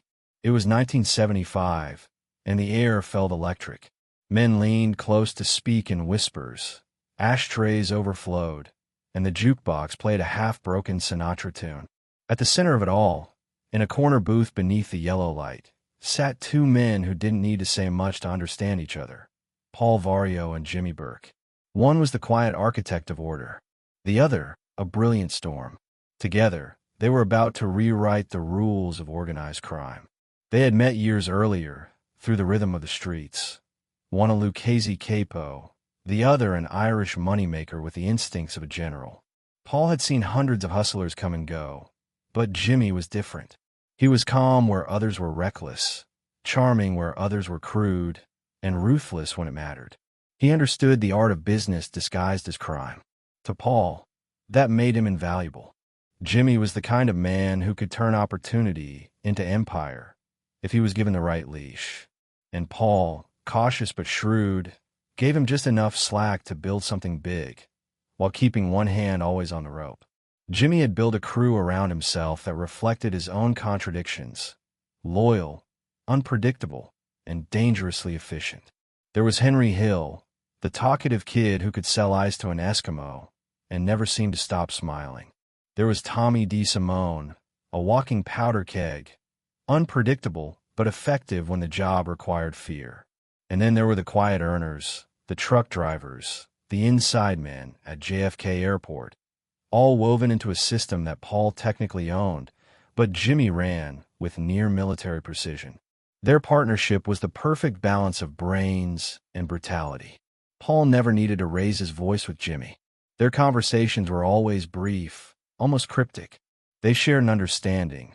Paul created the conditions. Jimmy created the cash. It wasn't friendship. It was alignment. And for years, it worked flawlessly. Jimmy's operations filled Paul's envelopes faster than any other crew in the Lucchese family. Week after week, money poured in from hijackings, gambling, and airport jobs. Paul didn't need to ask questions.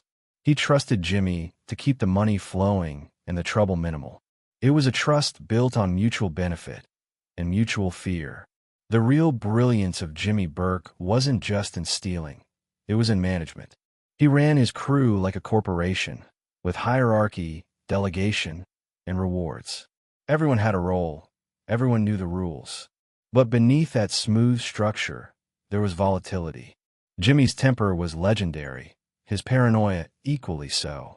He smiled like a movie star, but when he suspected betrayal, his charm evaporated, replaced by cold calculation. Paul recognized that darkness in him. He'd seen it before, in himself, decades earlier, when he first started running the streets of Brooklyn. As the mid-70s rolled on, their partnership expanded. The airport rackets were generating enormous profit, and both men could feel that they were standing on the edge of something monumental. Cargo thefts became more sophisticated. The crew had informants in nearly every department: airline employees, customs agents, warehouse workers. The information flowed like currency, and Jimmy turned it into gold. The operation became so efficient that it seemed unstoppable. Trucks were hijacked with surgical precision, schedules predicted, and shipments vanished without a trace. But as the money grew, so did ambition. Jimmy began thinking bigger. He wanted more than just hijackings and small scores. He wanted the kind of job that would be remembered forever, a score so massive it would set him, Paul, and everyone else for life. And as fate would have it, the opportunity was already forming in the background, in the dark corners of the Lufthansa Air cargo terminal. The Lufthansa Vault was one of the most secure facilities at JFK, holding millions in cash flown in from overseas banks. It was supposed to be untouchable, but Jimmy's men had inside information, courtesy of Henry Hill and a few underpaid night workers who liked easy money. They knew the schedules, the guards, the procedures. They knew when the vault was fullest. It was the kind of inside knowledge that could only come from months of observation and quiet bribery. When Henry brought the idea to Jimmy, the Irishman saw it immediately. This was the crown jewel. Paul wasn't told right away. Jimmy and Henry wanted to keep the circle small until they had everything in place. But even without being directly involved, Paul's shadow loomed over every conversation. Nothing of that magnitude could move forward without his silent approval. Everyone understood that the airport was his domain, and nothing happened there unless he allowed it. So when Jimmy finally mentioned the plan, Paul listened quietly, his face unreadable. He didn't need details. He just asked one question. "You can keep it clean?" Jimmy nodded. That was enough. The nod wasn't permission in the formal sense, but it was as close as Paul ever came to blessing a job. Chapter 7. The Hill Years. The sound of laughter echoed through Gefkin's bar, the kind that came from men who thought they'd beaten the world. Cigarette smoke swirled beneath the low ceiling, turning the air into a hazy veil that hid the tension behind every smile. In the corner, Paul Vario sat with his drink untouched, eyes calm, watching his men like a chess player observing his board. Around him, the faces that had made him rich: Jimmy Burke, Tommy DeSimone, and Henry Hill, talked, argued, boasted, and laughed as if they were invincible. To the outside world, they looked like just another group of blue-collar guys blowing off steam after work. But inside these walls, they were the heartbeat of the Lucchese family's Brooklyn empire, and Henry Hill was fast becoming the face of it. Henry was the kind of man who could walk into a room full of strangers and make them feel like they'd known him their whole lives.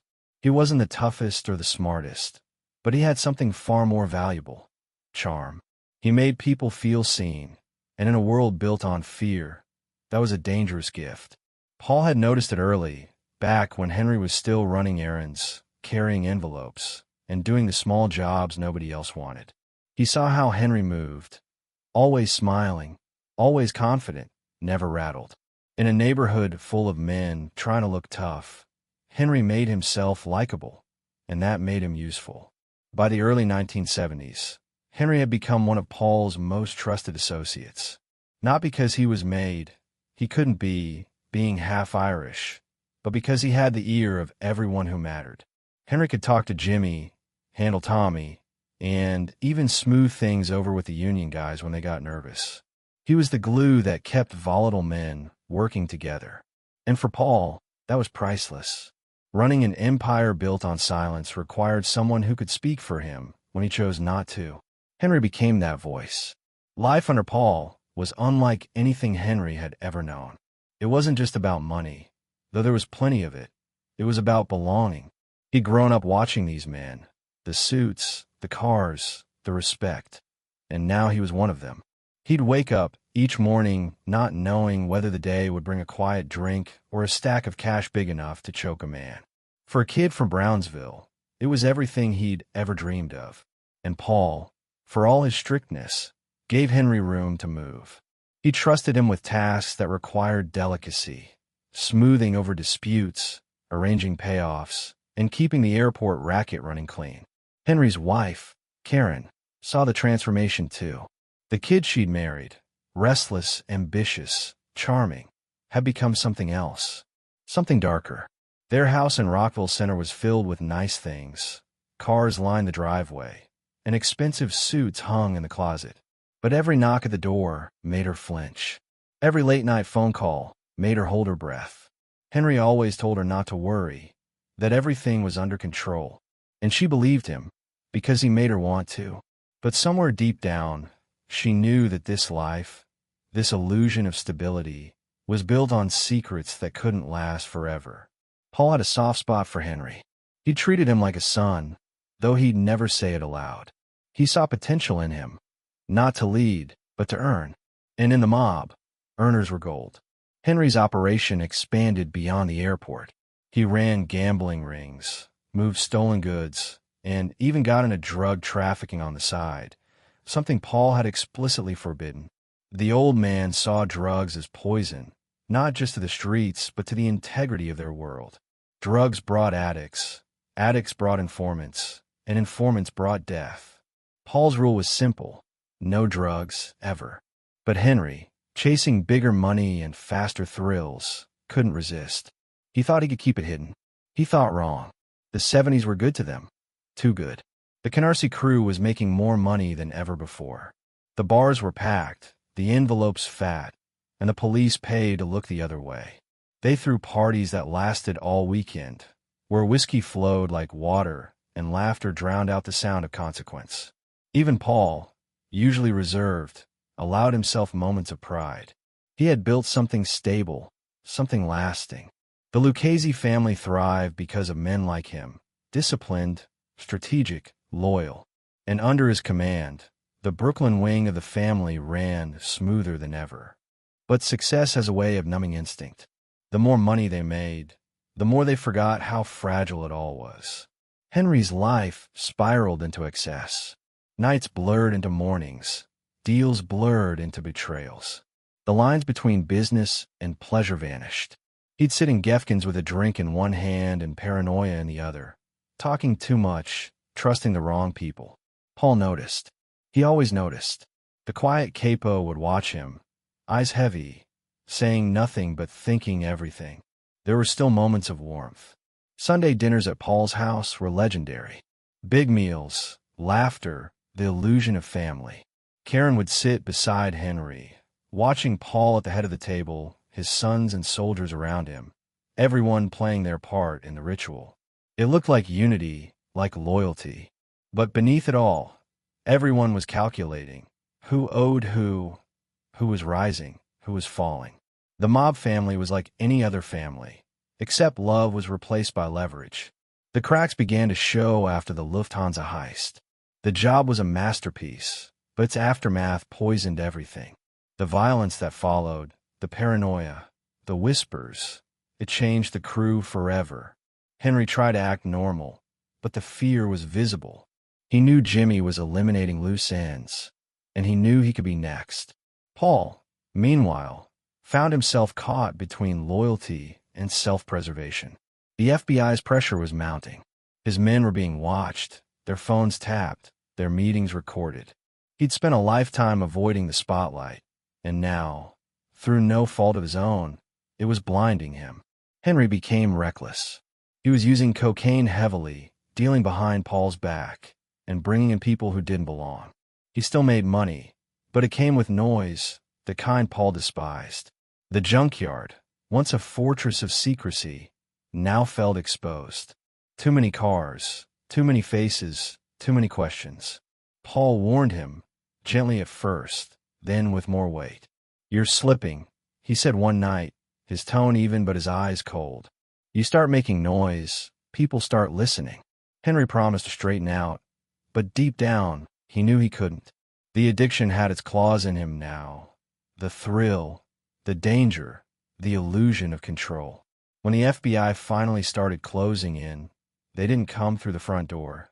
They came through whispers, informants, tapes, surveillance, the invisible threads Paul had always feared. One by one, men were arrested, questioned, turned. The walls were closing in, and the silence that had protected them for so long was starting to crack. Henry could feel it. Every phone call felt like a trap. Every shadow looked like an agent. He started to panic. Paul stayed calm, even as the storm gathered around him. He'd lived through chaos before, but this time was different. This wasn't a war between families or a rivalry on the streets. This was a new kind of war, one fought in courtrooms, with microphones and witnesses instead of guns. And no matter how quiet he stayed, the noise was getting closer.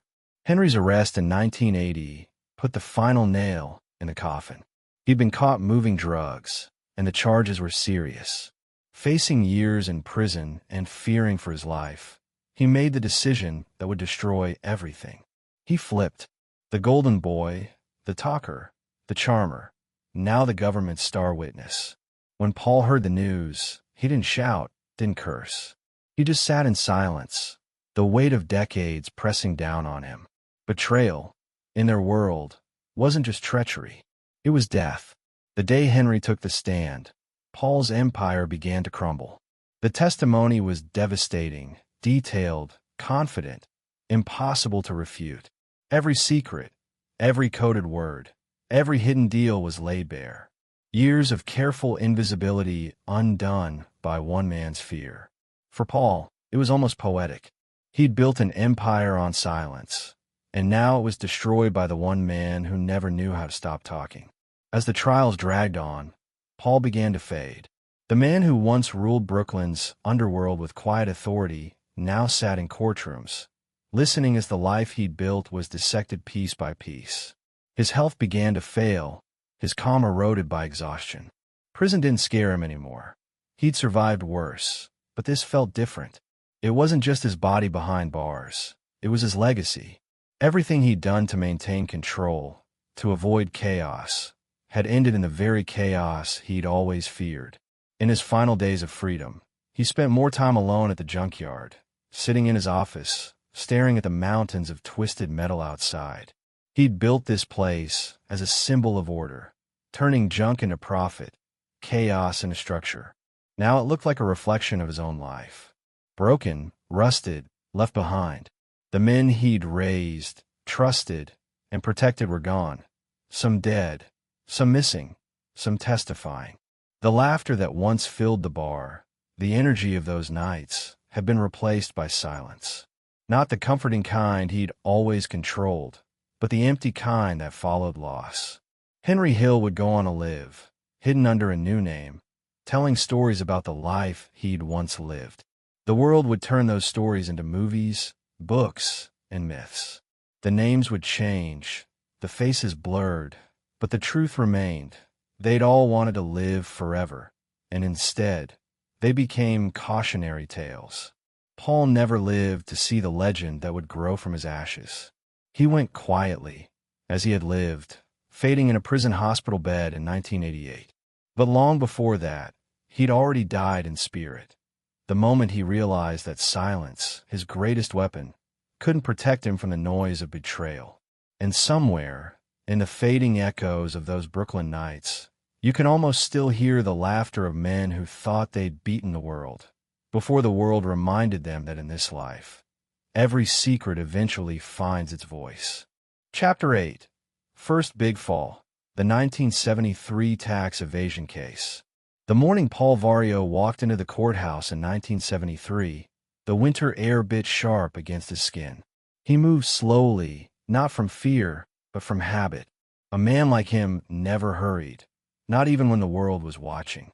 The cameras clicked, reporters shouted questions, but he didn't look up. He just kept walking, his overcoat brushing against the marble steps, as if this was another day at work, another performance in the quiet theater of survival. For years, he had watched other men fall, loud, reckless, careless, and he'd always told himself he was different.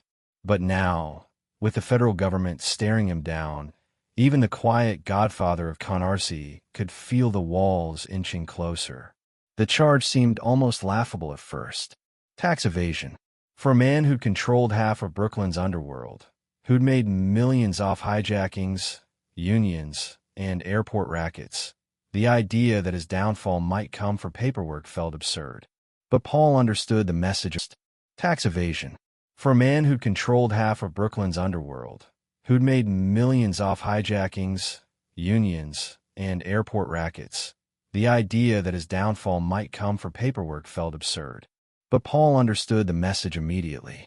The government had learned that it couldn't outgun the Mafia. It had to outthink it. Al Capone had been the warning from another era, and now, decades later, the same method was coming for him. They didn't need to catch him with blood on his hands or stolen cash in his pocket. All they needed was math. Inside the courtroom, the atmosphere was clinical. The prosecution didn't talk about murders, robberies, or extortion. They talked about numbers, income unreported, expenses unexplained, money that didn't exist on paper. To them, it wasn't about morality. It was about arithmetic. Paul sat at the defense table, listening to the monotone rhythm of accountants describing his life in ledgers. To them, he wasn't a man. He was a column of figures. Every dollar they mentioned felt like a small betrayal, proof that his years of caution, his discipline, had a crack somewhere. The irony wasn't lost on him. For decades, he'd survived by being invisible, meticulous, careful. But even the quietest man leaves footprints. Every envelope that passed through his hands, every car that left the junkyard, every deal disguised as legitimate business, it all left a trace. The FBI had learned to follow silence the way a hunter follows scent. They didn't come through the front door of his empire. They slipped in through the paperwork. His lawyer, a sharp man with slicked-back hair and a rehearsed confidence, whispered that they could fight it. But Paul wasn't naive. He'd seen enough trials to know when the verdict had already been written. The government wasn't after fines or small punishments. They wanted a trophy, a Lucchese capo behind bars, a symbol that no one was untouchable. And though Paul had no illusions about justice, he respected strategy. He could almost admire the efficiency of it. When the sentence came, 6 years, Paul didn't blink. The courtroom murmured, reporters scribbled, but he just nodded once, as if confirming something he'd already decided. He was let out in cuffs, expression unreadable, shoulders straight. There was no outburst, no defiance, just silence. It wasn't the first time he'd worn shackles, and it wouldn't be the last. But this time was different. This wasn't a fall from power through violence or betrayal. It was bureaucracy that brought him down. Paper, ink, and patience. In prison, the air smelled of disinfectant and regret. Paul recognized the rhythm immediately, the routines, the codes, the quiet bargains made in hallways. It was a place he understood too well, but now it felt heavier. He wasn't a young man anymore. His hair had thinned, his body had thickened, and his lungs carried the faint wheeze of age. Yet even here, his reputation followed him. Guards looked at him with curiosity, other inmates with reverence. He was the quiet one, the man from Brooklyn who'd built an empire out of stillness. He kept mostly to himself. Every morning he walked the yard slowly, hands in pockets, eyes on the horizon. He rarely spoke unless spoken to. Men sought him out for advice, for connections, for favors. And though he had no empire behind these walls, his presence alone carried weight. You didn't need to shout when everyone already knew your name.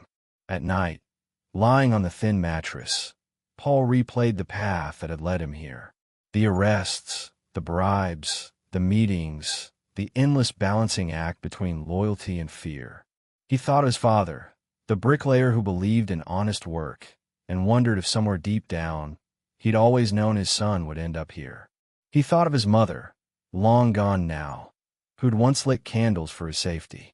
The flames had burned for years, but even prayers have limits. The outside world kept moving. Henry Hill was making more money than ever.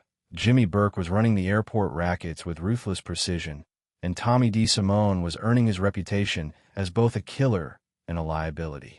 The Canarsie crew was still intact, still functioning, but the balance had shifted. Without Paul's quiet discipline guiding them, chaos crept in at the edges.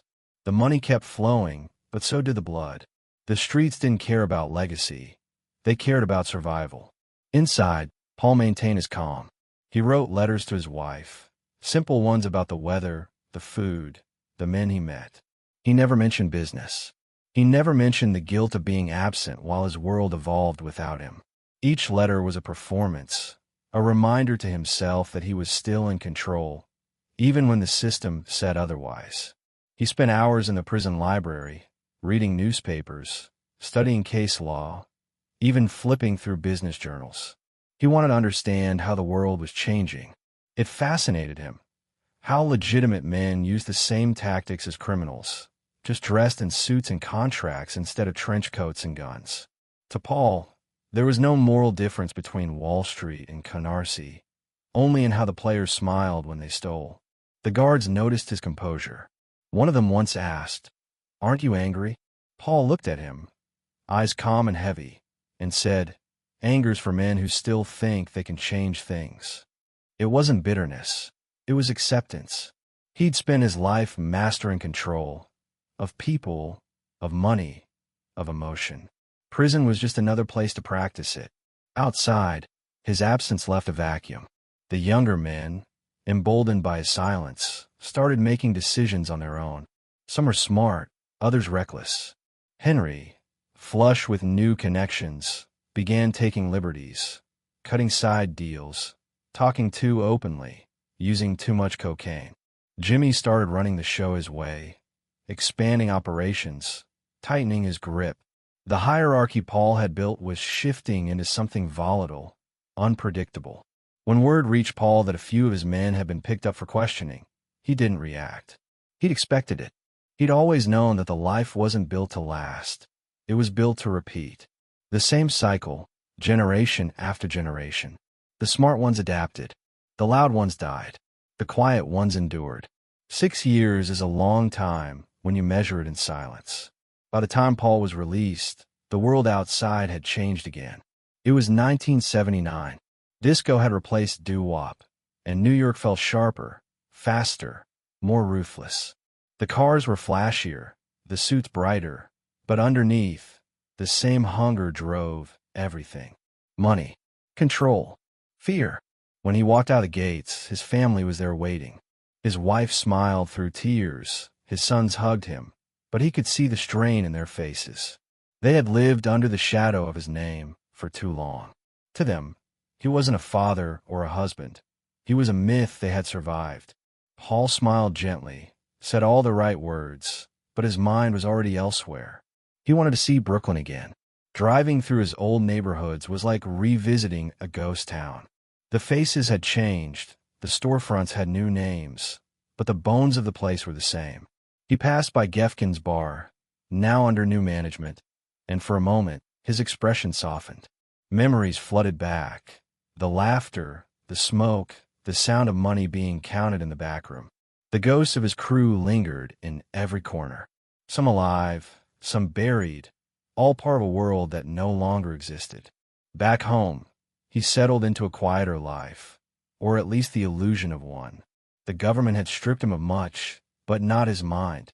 He still had influence, connections, and most importantly, respect. Men still came to see him, asking for advice, seeking permission. Even without direct control, Paul's word carried power. He had become something like a consigliere in exile, a voice of experience in a world growing reckless. But the old ways were dying. The new generation of gangsters didn't believe in silence or patience. They believed in fast money, loud cars, and fame. They forgot that the mafia wasn't about glamour. It was about control. Paul saw it clearly, and it saddened him. The life that had once been bound by rules and structure was becoming just another circus of greed. He had survived long enough to see his own code dissolve. The FBI hadn't forgotten him, either. Even after his release, they watched, waiting for a mistake. They knew his reputation too well to believe he'd gone straight. Every phone call, every meeting, every movement was under surveillance. Paul, of course, knew it. He played his part perfectly, keeping his distance, speaking only in generalities, smiling when they tailed him. The hunter had become the ghost again, but his health was failing. The years in prison had taken their toll. He moved slower now, coughed more, slept less. He didn't complain. Men like Paul didn't complain. They endured. In his quiet moments, he would sit near the window of his house in Queens, watching the city lights flicker in the distance. The world kept spinning, but he felt himself slipping further from it. Time had become his final rival, one he couldn't outthink or outwait. When he thought about his life, he didn't dwell on the crimes or the power. What haunted him were the small moments, the faces of men who trusted him, the families left behind, the quiet dinners that turned into funerals. He didn't believe in redemption, but he believed in memory. As long as someone remembered who he truly was, the world couldn't rewrite him entirely. That was his only prayer. The tax evasion case had been his first real fall, the one that broke his rhythm and showed him his limits. It wasn't the violence or the betrayals that defined it. It was the irony. For all his precision, for all his wisdom, he'd been brought down by something as simple as numbers. But even in that, he found a strange peace. It proved what he'd always known. Power doesn't vanish with a gunshot. It fades quietly, on paper, in ink. In the years that followed, as his empire shifted beneath him and the FBI closed in tighter, Paul Vario understood one truth more deeply than ever. Silence can protect a man only so long. Eventually, even silence leaves a paper trail. And for the quiet godfather of Canarsie, that trail had led him to his first real defeat. But this was only the beginning.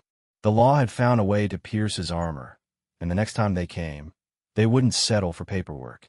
They would come for everything. And this time, the quiet man of Brooklyn would have no place left to hide. Chapter 9. Lufthansa Greenlight, 1978. The snow fell in thin white sheets over JFK Airport that December night, melting the moment it touched the asphalt. The world was asleep, but inside one of the cargo terminals, lights flickered against the frost. The air was thick with anticipation, though no one knew it yet. In just a few hours, a crew of men would pull off what would become the most infamous robbery in American history.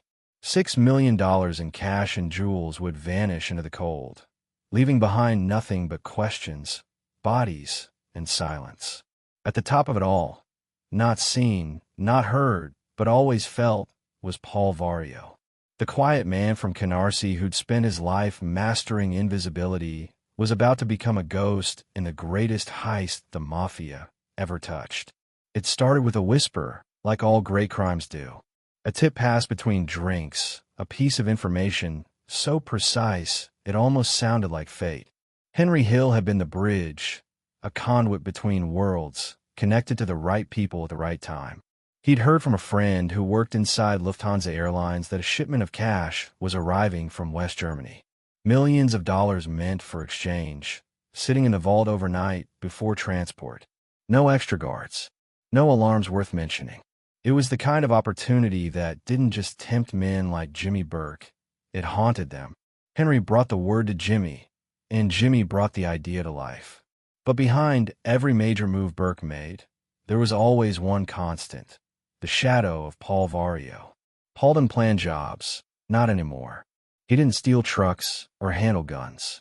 His work happened in whispers, in quiet nods, in phone calls that said everything without saying a word. The airport was his domain, his empire of unseen control. Every driver, every foreman, every guard, someone, somewhere, owed him a favor. If anything happened on that tarmac, it happened because Paul allowed it. When Jimmy approached him about Lufthansa, Paul didn't ask for details. He never did. He simply wanted assurance. Could it be clean? Could it be fast? Could it disappear without noise? Jimmy promised all three. He had the men, the plan, and the confidence. All Paul needed to do was give the signal, the unspoken green light that would let the job unfold under his protection. It wasn't approval in writing or even in words. Just one quiet meeting, one exchange of looks, one sentence that sealed everything.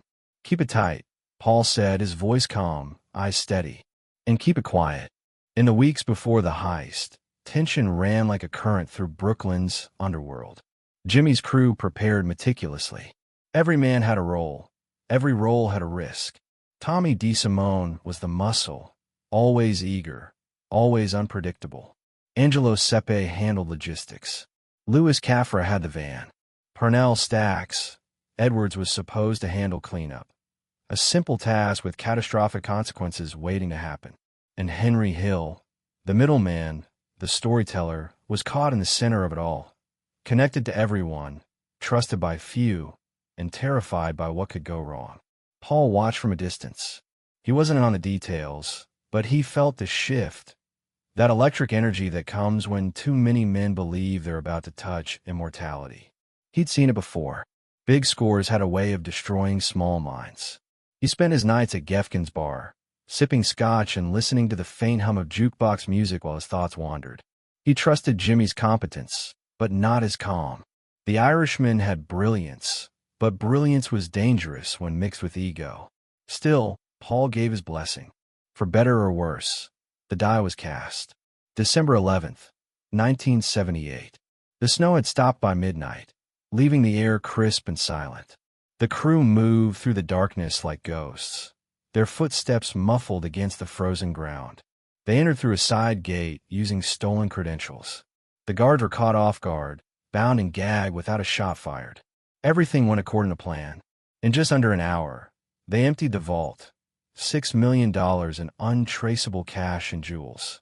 They loaded the money into vans, and then, as quietly as they had arrived, they vanished into the night. No alarms, no mistakes. It was surgical, almost beautiful in its precision. By dawn, the entire city was buzzing. The news broke fast. The biggest cash robbery in U.S. history. Television anchors called it daring. The FBI called it impossible. The underworld called it perfect. And Paul Vario, he called it dangerous. He sat in his office, the paper spread open before him, a faint frown forming as he read the headline. He didn't need to see names to know who was behind it. The problem wasn't pulling off the job. The problem was surviving it. Paul understood something the others didn't. Big money made men loud. It made them stupid. You could kill a man over $10,000, and no one would blink. But $6 million? That kind of money burned holes in the soul. It changed how people walked, how they talked, how they slept. It made them visible, and visibility was death in their world. Within days, the fallout began. The FBI descended on the airport like vultures, questioning every worker, every truck driver, every guard. They tapped phones, tailed suspects, raided warehouses. And while the streets whispered Burke's name, no one dared say Paul's. He was untouchable, invisible by design. The agents knew his reputation, but they couldn't link him directly. There was no paper trail, no phone call, no witness. He existed in the spaces between words, in the pauses where others talked too much. But inside the crew, things were unraveling fast. Jimmy's paranoia, always simmering, boiled over. He didn't trust anyone. He thought everyone was talking, everyone was plotting. The money hadn't even been fully divided yet, and already, blood was in the air. The men who'd taken part started spending. New cars, mink coats, cash flashing in bars. The kind of stupidity that made Paul's stomach turn. He'd spent decades teaching his men restraint, patience, the art of subtlety. Now, it was all dissolving in front of him. Paul called Jimmy in one night, a quiet meeting in the back of the bar. The jukebox was off, the room dim, the tension heavy. He spoke slowly, deliberately. "You need to calm your people down," he said. "They're acting like amateurs." Jimmy nodded, but his eyes darted, sharp, restless, already lost in suspicion. "I got it handled," he muttered. Paul studied him, knowing that meant the opposite. He didn't press further. He knew that Jimmy's kind of control came through fear, and fear was a currency that burned fast. The killing started soon after. Men began disappearing, drivers, handlers, anyone who knew too much or asked too many questions. The paranoia spread like fire. Henry Hill later said that you could feel the dread in the air, like the city itself was holding its breath. Everyone knew it was Jimmy cleaning house, but no one dared say it out loud. Paul kept his distance, refusing to involve himself in the chaos. But distance didn't mean safety. The FBI's net was tightening, and anyone even remotely connected to the airport was a target. For months, agents watched Paul's every move. They followed his car, listened to his phones, tried to bait his men. But Paul never slipped. He was too old, too careful. The government could see the outline of his empire, but never the man himself. Still, he knew it couldn't last. The Lufthansa heist had been too big, too loud. The silence that had protected him for decades was cracking under the weight of curiosity.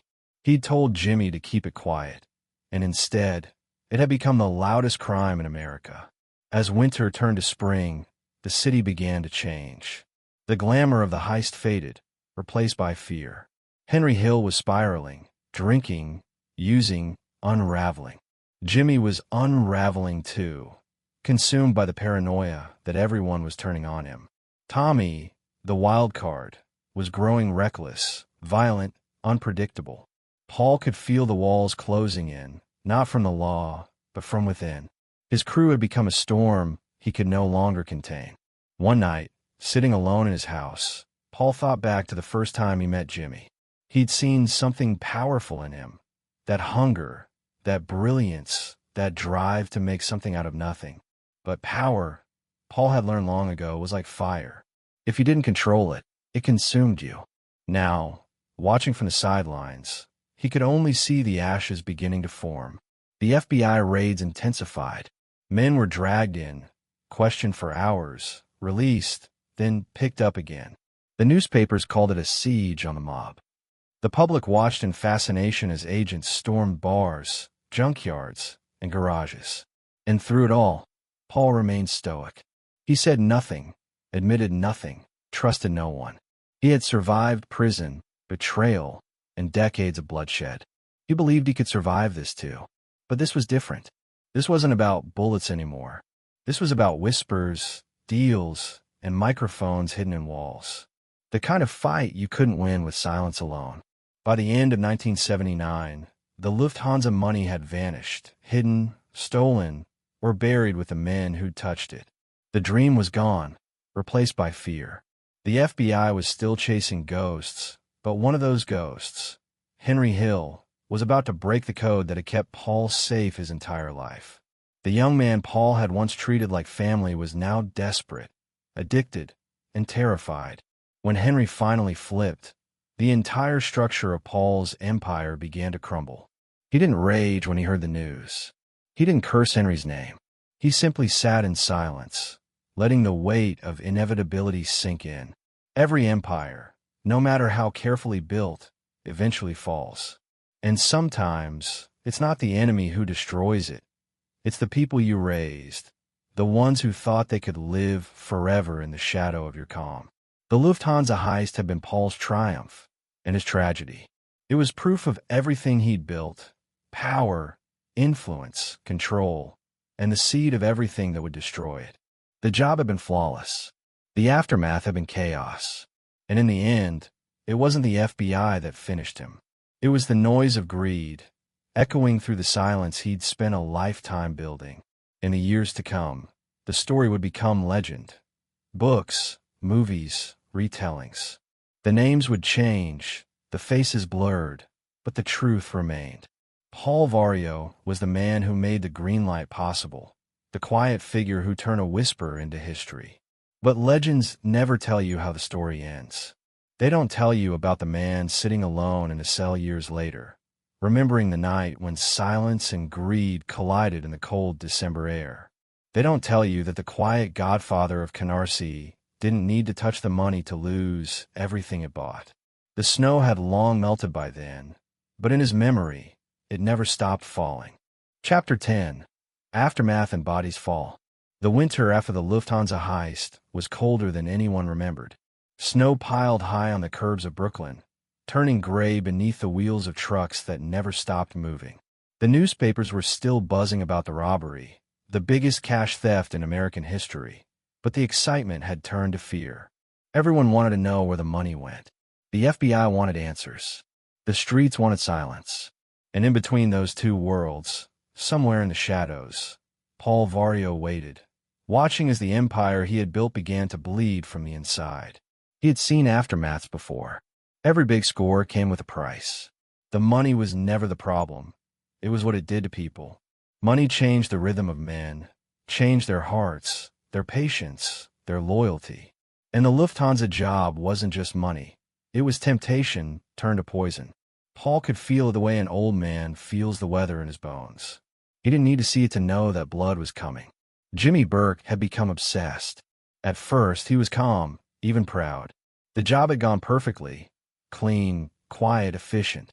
The kind of score you brag about in theory, but never actually pull off. But within weeks, his paranoia began to bloom like rot beneath the surface. He was convinced the FBI was closing in, convinced someone had talked. And when Jimmy was afraid, he got dangerous. He didn't trust easily, and after the heist, he trusted no one. Paul knew that look in Jimmy's eyes. He'd seen it before in other men, just before they burned everything they'd built. He called him in one night, asked him to sit down in the back of the bar. The lights were low, the jukebox silent. "You've got to settle things down," Paul said quietly, his voice barely above a whisper. "You keep moving too fast, you'll make it worse." Jimmy stared at the table, his fingers tapping. "There's too many mouths," he muttered. "Too many people who know too much." Paul exhaled slowly. "Then you should have thought of that before you fed them." It wasn't a threat, just a truth. But Jimmy's eyes stayed hard. He wasn't listening anymore. The murder started soon after. It was like watching dominoes fall, one after another, each name disappearing from the streets and reappearing as a headline. Tommy DeSimone vanished first, lured to a meeting under false pretenses and never seen again. He'd killed the wrong man, crossed the wrong people. His body was never found, just another ghost in the snow. Next was Marty Krugman, the man who'd helped pass along the Lufthansa tip. He'd been asking too many questions about his cut. Then came Angelo Sepe, Louis Caffra, and even Pernell Stacks Edwards, who'd made the mistake of forgetting to get rid of the van used in the heist. One by one, they vanished, each body another thread cut clean. Paul watched it unfold with that same calm mask he'd always worn, but inside, something was cracking. The discipline he'd built his empire on was gone. His men, once controlled and efficient, were now panicked, erratic. The airports buzzed with investigators. The bars whispered with rumors. And for the first time in years, Paul felt the cold edge of chaos creeping into his world. He had always believed that silence protected you. But silence couldn't stop paranoia, and it couldn't stop fear. The FBI came down hard. They raided homes, tapped phones, followed cars. They showed up at Paul's door too, knocking politely, but meaning every sound like a threat. He opened the door, calm as ever, inviting them in with a faint smile. They asked about Burke, about Hill, about the heist. Paul said nothing. He'd been through interrogations before. He knew that the trick wasn't to outsmart them. It was to outlast them. Time was his greatest weapon, and he wielded it like a blade. But time was also catching up to him.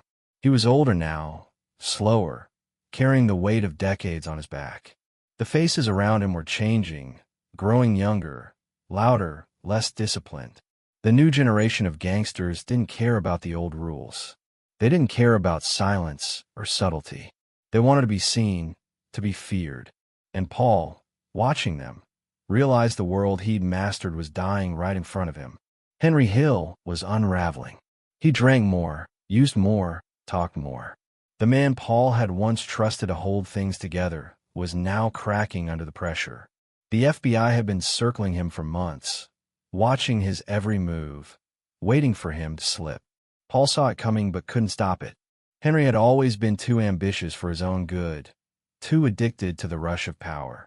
When the agents finally got to him, offering freedom in exchange for loyalty, it wasn't a fair fight. Henry's loyalty had always been to survival. When word came that Henry had flipped, it hit Paul like a quiet knife to the ribs. He didn't rage or curse. He just sat in his office at the junkyard, staring out at the heaps of twisted metal. The sound of machinery filled the air, but all he could hear was the echo of betrayal. He had built his empire on trust, on the idea that silence was sacred. But Henry had broken that code, and once a code is broken, it's never repaired. Jimmy knew it too. When Henry disappeared into witness protection, Jimmy's paranoia exploded into fury. He started pacing the bar like a caged animal, muttering about rats and revenge. Paul didn't stop him. There was nothing to stop anymore. The game had changed, and they were just pieces being moved toward the inevitable end. The trials began soon after. The FBI's case was airtight, built on Henry's testimony and years of quiet observation. They didn't need photos or recordings. They had words, spoken words from a man who'd lived it all. Each statement was a bullet aimed at the heart of Paul's world. The prosecution called it racketeering, extortion, corruption. The newspapers called it the fall of the Lucchese empire. Paul called it inevitability. He sat through the hearings like a man listening to his own eulogy. He didn't flinch, didn't argue. His lawyer whispered strategies, objections, but Paul didn't care. He'd known from the start that this was how it would end. You don't get to live in the shadows forever without the light finding you eventually. When a verdict came, guilty on multiple counts, Paul didn't move.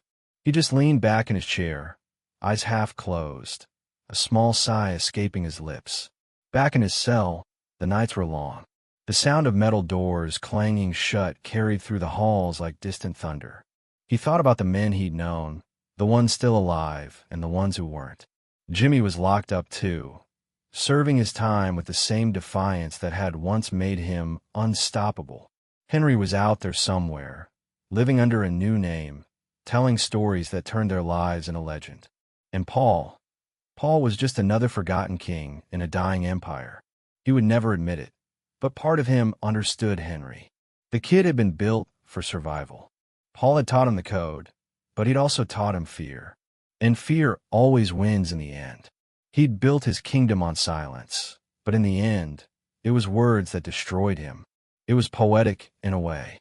All his life, Paul had avoided noise, avoided attention. He believed that the only way to stay alive was to disappear.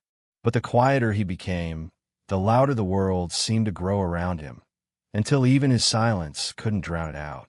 The years bled together in prison. Paul became a ghost among men, respected, feared, but forgotten.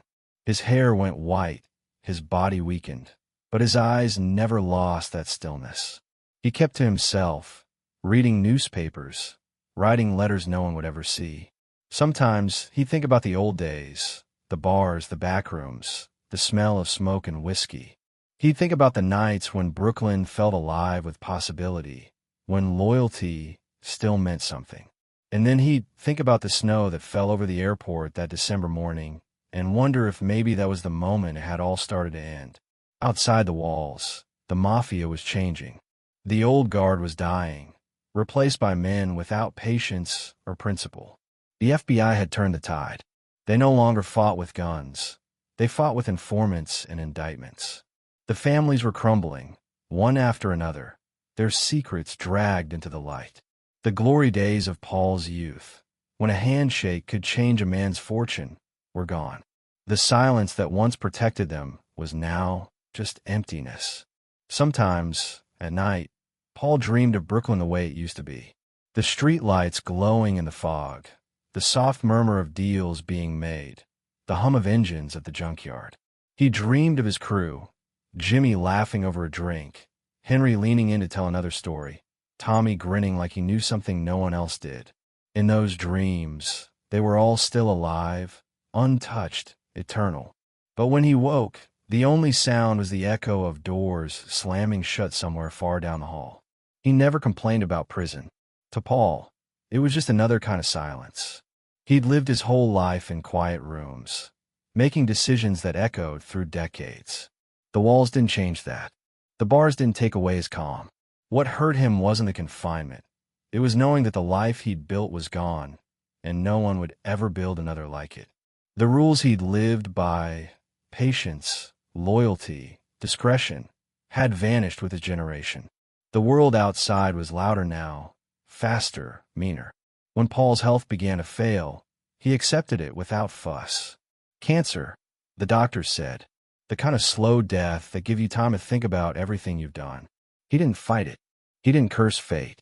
He'd always believed that every man has a number, and his had been generous. He'd lived long enough to see his rise and his fall, long enough to know the cost of both. In his final months, confined to a hospital ward in Texas, he spoke little. The nurses said he was polite, quiet, almost gentle. They had no idea who he was. To them, he was just an old man with tired eyes. And maybe that was how he wanted it. For the first time in his life, he was truly invisible. He died in May of 1988, far from Brooklyn, far from the empire he'd built and lost. There were no headlines, no crowds, no grand send-off. Just a quiet burial under gray skies, another name carved into the stone. The world moved on. The streets forgot him. But the silence he left behind still lingers, faint but unbroken, like an echo beneath the hum of the city he once ruled. For Paul Vario, the aftermath wasn't about money or power. It was about inevitability. Every empire ends. Every code breaks. Every silence eventually gives way to noise. And as the bodies fell and the world turned, the quiet godfather of Canarsie disappeared into the shadows one last time, leaving behind nothing but stories in the cold, unspoken truth that in the end, even silence can't save you forever. Chapter 11. Pressure mounts. Late 70s to early 80s. The air in Brooklyn had changed. The streets that once hummed with quiet confidence now vibrated with tension. The bars weren't as loud, the laughter not as real. Men spoke softer, glancing over their shoulders even when no one was there. Something had shifted, the kind of shift only those deep in the life could feel.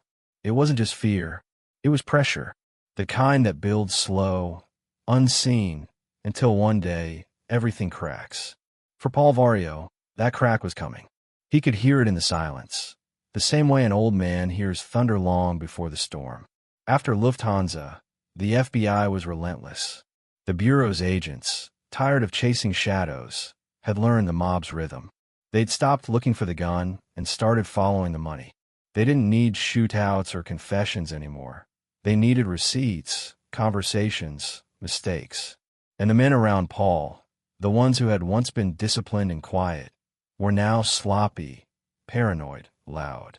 His empire, built on control and patience, was starting to show fractures. Every week, another subpoena. Every month, another name whispered. Paul wasn't surprised. He'd seen the pattern too many times before. Men get rich, they get comfortable. They get comfortable, they start talking. Talking leads to listening. Listening leads to prison. It was a cycle as old as the life itself. He'd outlasted most by mastering the art of silence, not just his own, but everyone around him. But now, the people who'd once kept their mouths shut were running scared. The Lufthansa job had made them legends, but legends were dangerous things. They drew eyes, and the more eyes that looked, the harder it was to hide. The FBI's focus wasn't just on Jimmy Burke's crew. It was on the entire infrastructure that made the airport rackets possible. The trucking companies, the union representatives, the dispatchers, the handlers, all roads led back to Canarsie. And Canarsie led to Paul. His name had always stayed in the background, whispered in passing, never written down. But now, it was appearing in reports, case files, and court orders. To the agents building the case, he was the phantom behind it all, the invisible architect of a criminal network they could finally start to map. He'd been through raids before, but this was different. This was coordinated.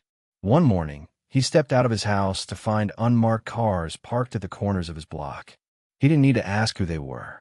The same cars followed him to the junkyard, to Gefkin's bar, even to church on Sundays. The message was clear: we see you. Paul never flinched. He'd built his power on never showing fear. But the quiet weighed heavier now. He knew they weren't just watching. They were waiting. Inside his circle, paranoia spread like wildfire. Jimmy was losing control, and Henry Hill was falling apart. Drugs, gambling, and late-night paranoia had turned him into a liability. The once slick talker now rambled to anyone who would listen, his eyes darting, his nerves shot. Paul had always despised drugs, not for moral reasons, but for practical ones. Drugs made men stupid, and stupid men got people killed. He'd warned Henry countless times to stay out of that world, but Henry never listened. Every dollar he made from it was another step toward disaster. One evening, Paul called Henry in. The bar was empty except for them. The smell of stale smoke lingered in the air. Paul didn't yell. He never needed to. His voice carried weight, even when it was soft. "You're moving too fast," he said. "You're making noise where there should be silence." Henry tried to explain, said it was just small-time stuff, said he had it under control. Paul just looked at him for a long moment, his expression unreadable. You ever notice how the loudest man in the room is always the first to fall? Henry said nothing. The silence was heavier than the words that came before it. By 1980, the pressure had reached a breaking point. The FBI's investigations were no longer just whispers. They were raids, subpoenas, indictments. The government had a new weapon, the RICO Act. For the first time, they could go after entire organizations, not just individuals. They didn't need to prove a single crime. They could connect patterns, show association, and call a conspiracy. It was brilliant, and it was deadly. The mob's greatest strength, its structure, had become its greatest weakness. Paul understood this better than anyone. He could feel the law changing beneath his feet. The days of paying off cops and politicians were fading. The Bureau wasn't playing the old game anymore. They weren't corruptible in the way the old detectives had been. These new agents were educated, patient, and determined. They didn't care about headlines. They cared about conviction rates. And they had one goal: to turn every secret Paul had ever buried into evidence. In the midst of it all, Jimmy Burke began to lose his grip entirely. The FBI's attention was like a spotlight, and Jimmy hated the light. He started seeing betrayal everywhere, in friends, family, even in shadows. Henry's paranoia fed his own. They stopped trusting each other, stopped communicating. The quiet coordination that had made their partnership powerful was gone, replaced by chaos and fear. Paul tried to steady the ship, but it was like trying to calm a storm with words. The younger men no longer listened. They'd grown up on stories of invincibility, the myth that they were untouchable. And now, watching federal agents kick in doors, seize records, and drag people away in handcuffs, that myth was collapsing. They'd never learned how to survive the slow kind of war, the kind fought with paper and patience. The first time the FBI showed up at the junkyard, Paul was sitting at his desk, sipping coffee. He didn't look up when the door opened. The agents moved through like they owned the place, snapping photos, bagging documents, marking boxes. One of them tried to make small talk, maybe hoping to provoke him. Paul didn't answer. He sat perfectly still, his eyes following every movement, his face blank. When they left, the office was turned upside down, but Paul simply picked up his coffee again. The calm wasn't an act, it was instinct. He knew that panic only made you bleed faster. But even Paul couldn't control what was happening outside those walls. The arrests came in waves. One by one, his men were picked up. Some kept their mouths shut. Others didn't. The pressure was too much. The threat of RICO meant decades in prison instead of few years. And for the first time, loyalty started to crumble under the weight of self-preservation. The old code was breaking. The silence he'd built his life on was no longer sacred. It was negotiable. Henry Hill's arrest for drug trafficking was the final blow. When Paul heard the news, he didn't get angry. He just felt tired. The same kid he'd once trusted, the same man who'd laughed at his table and called him family, was about to undo everything. Henry's drug business had brought too much attention, too much noise. Paul knew it was only a matter of time before the kid flipped. And when he did, he'd take everyone down with him. The day Henry turned informant, Paul didn't need to hear it from the FBI. He felt it. The betrayal was quiet, but it echoed through the city like a gunshot. He'd built a life around one rule: silence keeps you safe. But now, silence had become extinct. Everyone was talking. The newspapers were calling it the death of the Mafia's golden age. For Paul, it was something more personal. It was the death of everything he believed in. The trials that followed were a spectacle. Cameras flashed, reporters shouted, and prosecutors painted him as a criminal mastermind. Paul sat there in his suit, calm as ever, his expression giving nothing away. He'd been in front of judges before, but this was different. This wasn't about guilt or innocence anymore. It was about legacy. The government wanted to make an example out of him, to show that even the quiet ones could fall. They threw every charge they could: racketeering, extortion, conspiracy. The evidence wasn't always solid, but the story was. The image of Paul as the silent, calculating Godfather was too powerful to resist. The juries believed it. The public loved it. He was sentenced again, this time for racketeering, then again for extortion. The sentences stacked until freedom became an idea, not a reality. In his final years of freedom, before prison swallowed him for good, Paul moved like a man half-ghost. The once vibrant bars were quieter now. Many of the old faces were gone, replaced by younger men who didn't understand what he'd built. They respected him out of fear, but they didn't know him. They didn't understand the weight he carried. To them, he was a relic, a legend from a fading world. He'd sit in Gefkin's sometimes, the same corner booth where he and Jimmy had once planned their empire. The jukebox still worked, but the songs had changed. The laughter was gone. The men around him talked too fast, drank too much, trusted too little. He'd sip his drink, watching them with quiet detachment. He'd outlived too many of them already, but he knew he wouldn't outlive this storm. When the final warrant came, he didn't resist. He stood up, put on his coat, and walked out like a man heading to a meeting. The agents didn't need to drag him. He went willingly, calmly, his eyes clear. He knew what waited for him: prison, sickness, maybe death. But fear wasn't in him anymore. The only thing left was acceptance. In the years that followed, as the 80s turned to dust, the mafia world Paul had known ceased to exist. The Lucchese family fractured. The code of silence was gone, replaced by deals and plea bargains. The FBI had won, not with guns, but with patience. They had turned the mob's greatest strength, loyalty, into its greatest vulnerability. And for Paul, the man who had built his life on quiet power, it was the ultimate irony. He'd spent decades mastering the art of being invisible. Now, in the twilight of his life, invisibility came naturally. The paper stopped printing his name. The streets stopped speaking it. The world moved on without him. But deep down, in the corners of Brooklyn where the old stories still lingered, people remembered.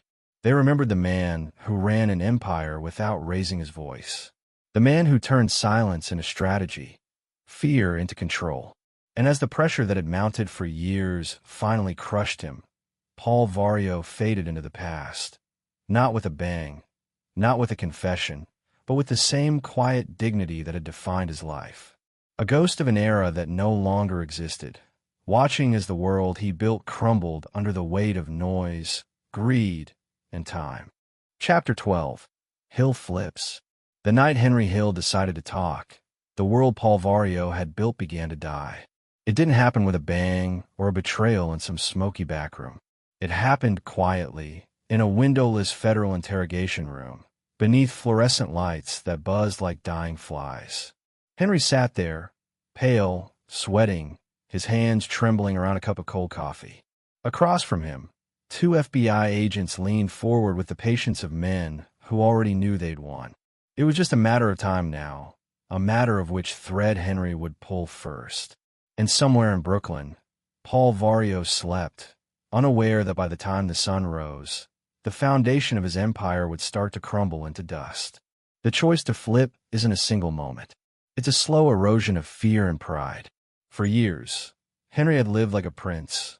Money, respect, women, power. He'd flown too close to the sun, and now his wings were melting. The drug deals that Paul had warned him against had drawn too much attention. The wiretaps, the surveillance, the raids, it was all tightening around him.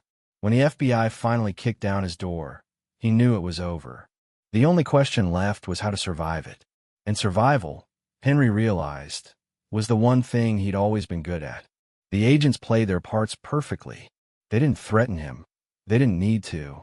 They just let the silence linger, let the fear do the talking. They spoke softly, reminding him of the stakes, his wife, his kids, his freedom. They painted pictures of what life would look like if he didn't cooperate. Decades in prison, forgotten by everyone, maybe even dead before he got there.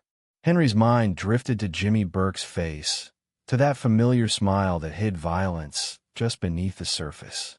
He knew what Jimmy did to people he suspected of talking. And if Jimmy didn't get to him, Paul might. There was nowhere left to hide. By the time Henry opened his mouth, it was already too late to stop. The first words were small, details, dates, names.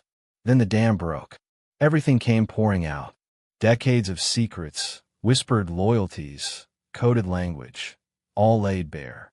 He told them about the airport rackets, the hijackings, the bribes, the stolen trucks, the envelopes of cash that passed through bars like communion.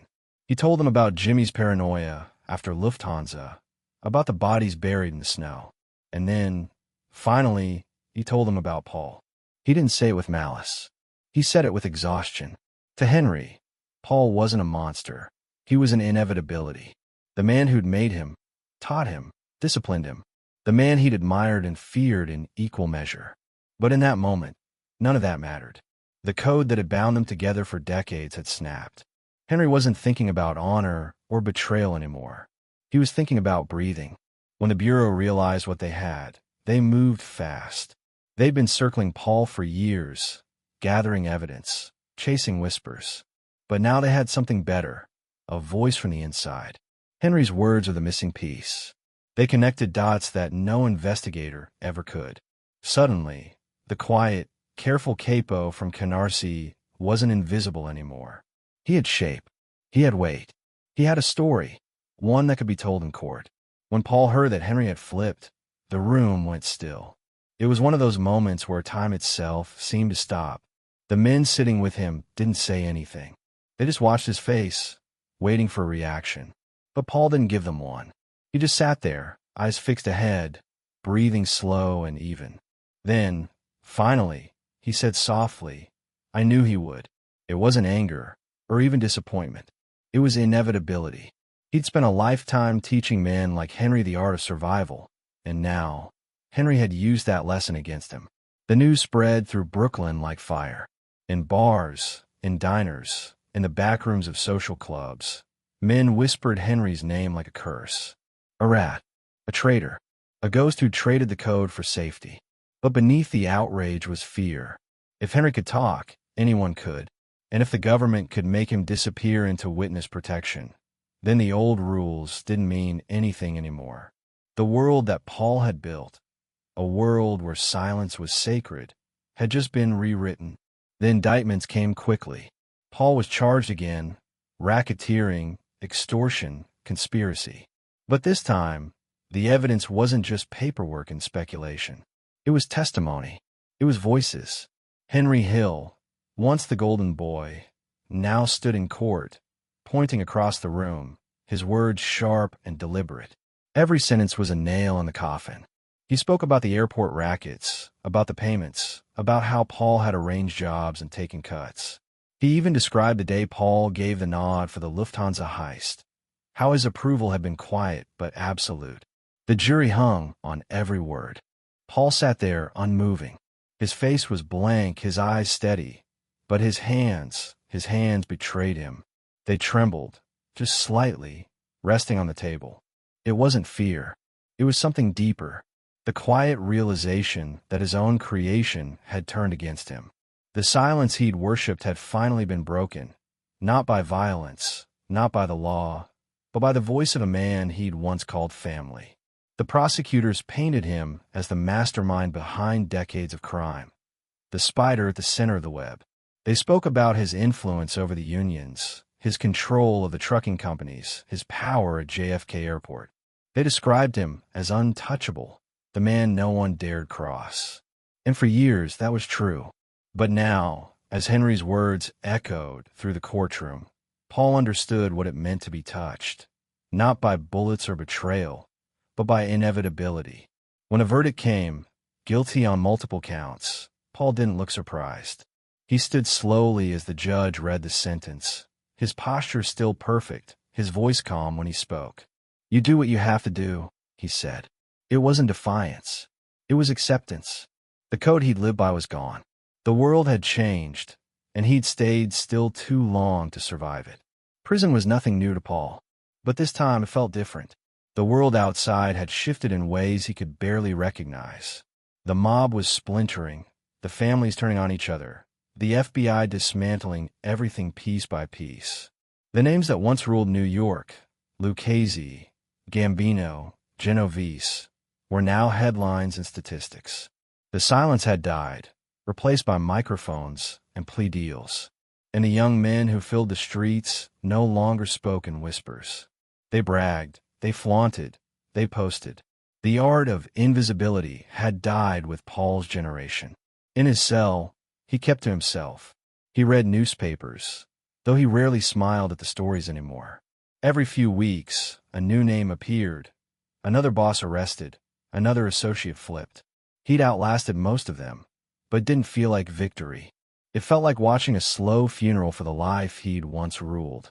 He'd built his empire on patience, on the belief that time and silence could protect you. But time, it seemed, had turned against him. Henry Hill went on to become a celebrity of sorts. Books, interviews, movie deals. The world wanted to hear his version of the story, the glamorous side of the life, the money, the danger, the loyalty, and the betrayal.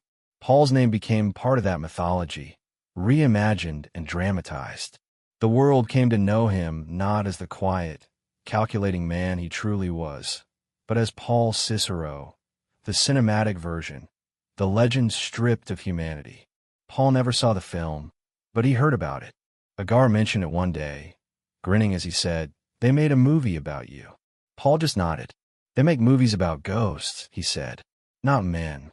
The betrayal never left him, not because of what it cost him, his freedom, his power, his name, but because of what it revealed. That loyalty, no matter how deep, had limits. That fear, no matter how strong, could be broken. He believed in silence as a shield, but in the end, it had become a coffin.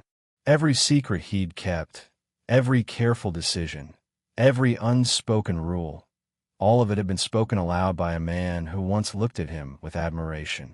The world outside kept moving, but Paul's world stopped the day Henry opened his mouth. Everything after that was just aftermath, the slow decay of a man out of time. He'd seen it happen to others, but now it was his turn to fade. The empire he'd built was gone, replaced by headlines and legends. The quiet was still there, but it wasn't peace anymore. It was emptiness. On the rare days when he allowed himself to think about the past, he didn't dwell on the crimes or the money. He thought about the men, the laughter in the bar, the sound of dice rolling on a table, the clink of glasses. He thought about the smell of coffee in the mornings, the sound of trains in the distance, the simple things that made the noise of life worth living. And he thought about the moment when it all went wrong, when a man he'd trusted chose words over silence. As his health declined, the visits grew fewer. His wife came when she could, his sons less often. They'd lived too long in the shadow of his life to truly forgive it. Sometimes a young guard would ask him about the old days, about the heist, about the people he'd known. Paul would just shake his head. "They're all gone," he'd say quietly. All of them. In the end, that was the truth. They were gone. The world had forgotten their names, except in stories told for entertainment. The life they'd lived, the codes, the silence, the loyalty, had become nothing more than nostalgia. And for Paul Vario, sitting alone in a cold cell, that was the final betrayal. Not that Henry had talked, but that the world had stopped listening. When he finally closed his eyes for the last time in 1988, there were no headlines, no fanfare, just a brief notice, a quiet burial, and the fading echo of a life lived in the shadows. Henry's story would outlive his, told and retold by people who'd never known him. But those who had, the few still breathing, scattered and forgotten, knew the truth. Paul Vario wasn't a villain or a saint. He was the silence between every story, the stillness beneath the noise. And in the end, it wasn't bullets or the law that killed him. It was the one thing he'd spent his whole life trying to control, a man's voice. Henry Hill had broken the silence, and once broken, silence never returns. The prosecutors described his empire like an organism. Vario controlled the flow of goods through JFK. One of them said, "Nothing moved without his say-so."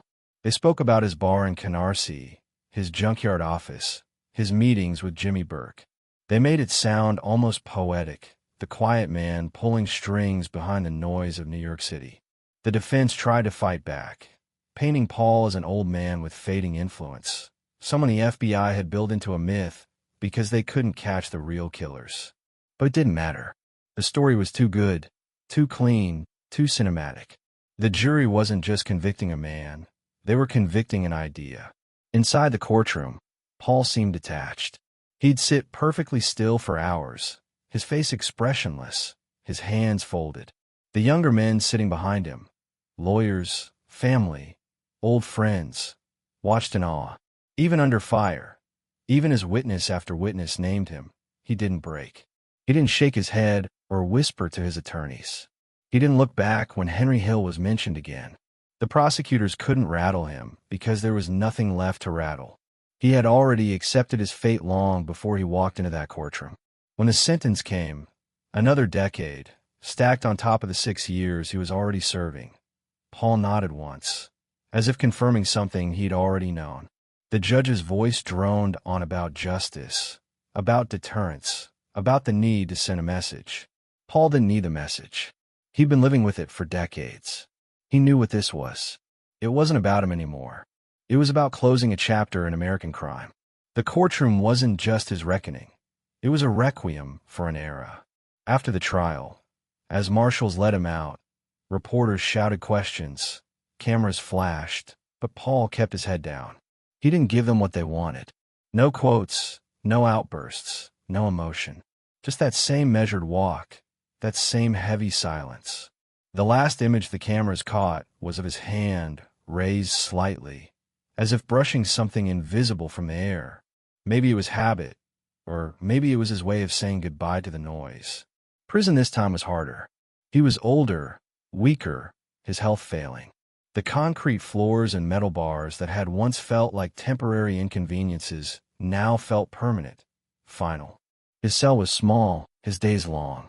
He didn't talk much. He didn't need to. The younger inmates whispered his name with a mix of respect and curiosity.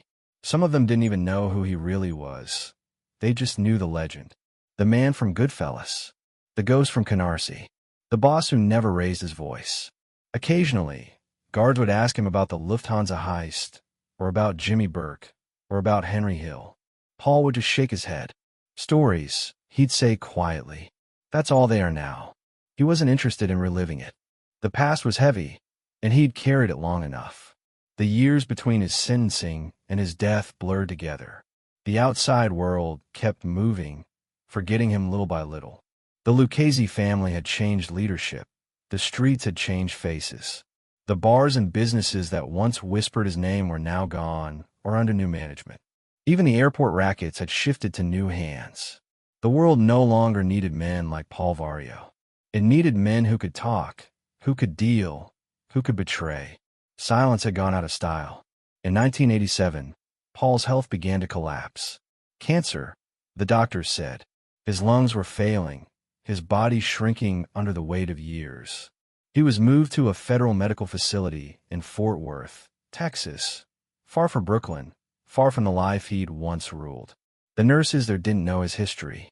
To them, he was just another old man in a gray jumpsuit who kept to himself and said thank you when they brought his meals. They had no idea that the quiet man they wheeled through the halls had once held the power to change lives with a word. He spent his final months reading the paper, though he rarely finished an article. Sometimes he'd stare out the window at the Texas sky, wide and empty, and think about the streets of Brooklyn.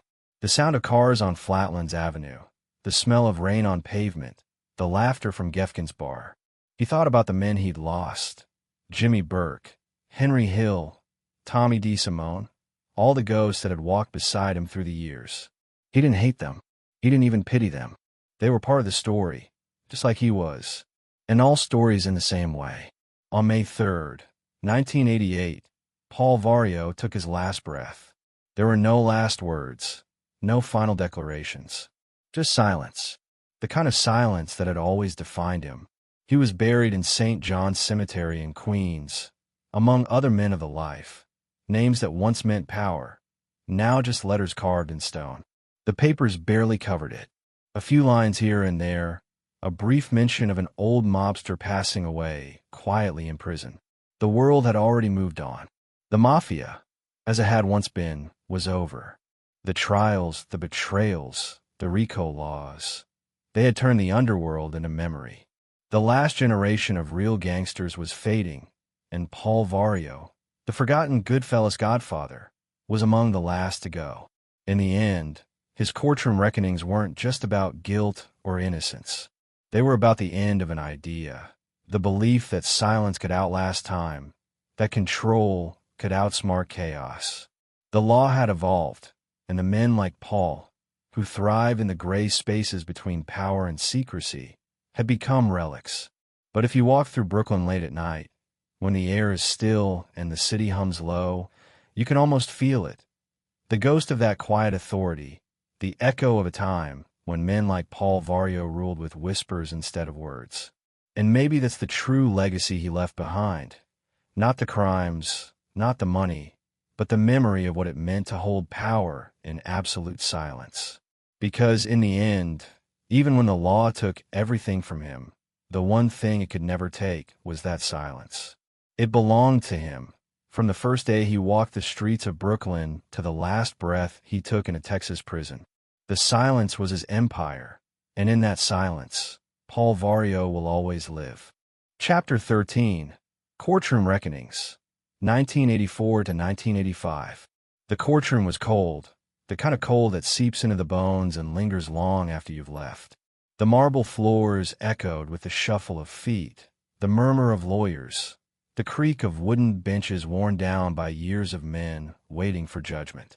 It was 1984, and the quiet godfather of Canarsie sat in a chair at the defense table, his hands folded neatly in front of him, his expression unreadable. Paul Vario looked like any other aging businessman in a dark suit. You wouldn't know, looking at him, that this was the man who had once controlled a small empire within the Lucchese family, who had turned the JFK airport into his personal gold mine, who had survived decades of violence and corruption by mastering the art of silence. But here, under the fluorescent lights of federal justice, silence wasn't power anymore. It was evidence. The prosecutors had spent years preparing for this. They had studied Paul's life like archaeologists brushing dust off a ruin. Every old deal, every old favor, every man who'd ever owed him something, they dug it up. The mountain of paper in front of them wasn't just evidence. It was a map of his entire world. But the crown jewel of their case wasn't the documents. It was the voices. Henry Hill's testimony had cracked open the door, and the government wasn't going to let it close. They were building the final chapter of their story, the one where Paul Vario, the ghost of Brooklyn, finally became visible. The first trial was for fraud, a smaller charge, at least compared to everything else hanging over him. It was about Henry Hill's parole release years earlier, about how Paul had lied to the parole board, claiming that Henry had a legitimate job at his restaurant when he was, in fact, still knee-deep in criminal work. It seemed trivial in the grand scheme of things, almost petty. But for the prosecutors, it was symbolic. It wasn't about the job. It was about the lie. They wanted to show that even when Paul wasn't stealing or killing, he was bending the rules to protect his empire. It was the first crack in the image of the disciplined, untouchable man he'd spent his life building. Henry took the stand, nervous but composed. He wore a suit too big for him, his voice unsteady but clear. When he spoke Paul's name, the courtroom fell quiet. He described the day Paul vouched for him, how the old man had sat before the board, calm as ever, lying through his teeth to secure his release. To Henry, it had been loyalty, one last act of protection from the man who'd raised him in the life. But to the government, it was obstruction, deception, another example of how deep the mob's influence ran. Paul sat there listening, his eyes never leaving Henry. He didn't glare or shift in his seat.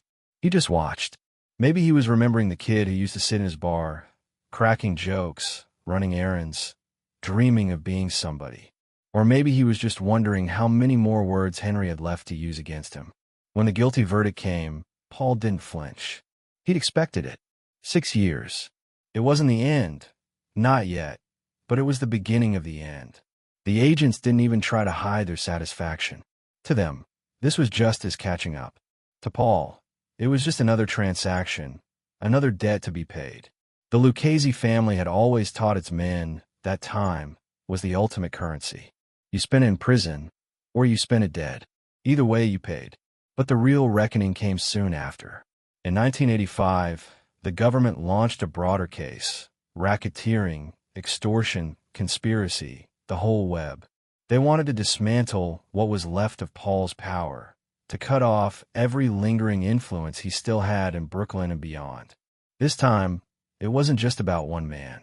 It was about the system he represented. They wanted to prove that even the quietest, most careful of mob bosses couldn't outlast the law forever. The case focused on labor racketeering, the corruption at JFK Airport that had made Paul's fortune. The unions, the trucking companies, the kickbacks, the threats, it all came spilling out. The government's witnesses, one after another, painted a picture of a world run by fear and quiet manipulation. They spoke of men who disappeared, of businesses forced to pay just to operate, of workers too scared to speak. And at the center of it all, they said, was Paul Vario, the man who never raised his voice, who never left fingerprints, who ruled through a glance and a nod. Chapter 14, Final Years and Death in Custody, 1985 to 1988. The final years of Paul Vario's life passed in slow motion, like a man watching the tide recede and knowing it will never come back. The courtroom lights, the cameras, the headlines, those had all faded. What was left was silence. The same silence that had once protected him now felt heavier, almost cruel. He had built his empire through patience and stillness. But in the end, stillness was all he had left. Prison walls don't echo with power. They echo with the footsteps of men who used to matter. By 1985, the world outside had changed beyond recognition. The old mafia codes were collapsing, crumbling under the weight of betrayal and modernization. The FBI was everywhere, armed not with guns, but with information, wiretaps, informants, recorded deals. The new generation of gangsters no longer looked like the men Paul had raised. They didn't wear suits or keep quiet in bars. They bragged. They wanted to be seen. And as they posted their reputations on the streets, the life Paul once believed eternal was disintegrating right before his eyes. Inside prison, the routines were simple, mechanical. The clang of the morning count, the shuffle to the mess hall, the hours of stillness broken only by the sound of keys. Paul was 70 now, though he carried himself with the same slow, deliberate calm that had always defined him. His eyes had dulled, but not with fear, only with acceptance. Every day looked like the last. Every sunrise was the same shade of gray. He read newspapers when he could get them, but most of the names inside didn't mean anything anymore. The city he had once ruled was a stranger to him now. Sometimes, guards would whisper about him. They'd pass his cell, glance in, and say things like, "That's Vario, the guy from Goodfellas." They said it like he was a ghost that somehow hadn't realized he was dead yet. Paul didn't respond. He didn't recognize the word Goodfellas. He didn't know that his name had already been turned into legend, that Hollywood was preparing to rewrite his story. He'd lived a life avoiding attention, and now his likeness was about to become immortal. But he wouldn't live long enough to see it. What he did see, though, was the slow unraveling of the world he'd helped shape. The Lucchese family was no longer what it once was. The bosses were gone, dead, imprisoned, or flipped. The old rackets were drying up, the money thinner, the risks higher. Every man Paul had trusted was either behind bars or buried. Jimmy Burke was locked away. Henry Hill was in witness protection, and the names that had once carried weight now floated like ghosts in the FBI's archives. Paul wasn't angry about it. He'd never been the type to curse the future. But he felt it, the emptiness that comes when everything you built stops meaning something. He spent most days in silence, speaking only when necessary. The other inmates treated him with quiet reverence. They'd nod respectfully when he passed in the yard, keeping their distance. They knew who he was, or at least who he had been.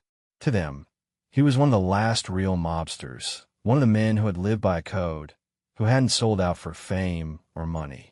There was something almost regal about him. Even stripped of everything, Paul carried an aura that couldn't be taken away. It wasn't about wealth or reputation anymore.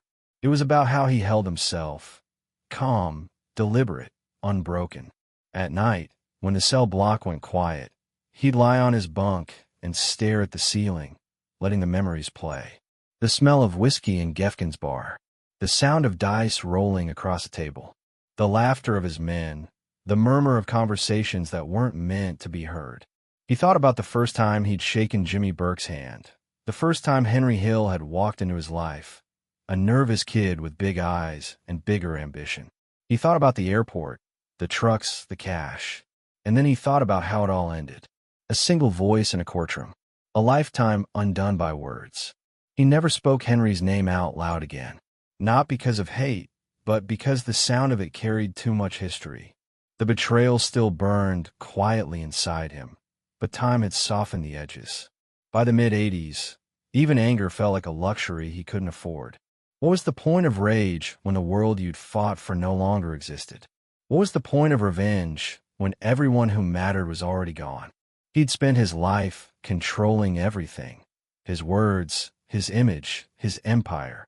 But death, he knew, was the one thing no man could control. By 1986, his health had begun to fail. His body, once strong and deliberate, was starting to betray him. The cough came first, deep, dry, persistent. Then the weight loss, the fatigue, the pain that settled in his chest like an unpayable debt. The prison doctor told him it was lung cancer. He nodded once, saying nothing. It wasn't fear that filled him. It was understanding. He'd smoked for decades, inhaled the stress of 100 lifetimes.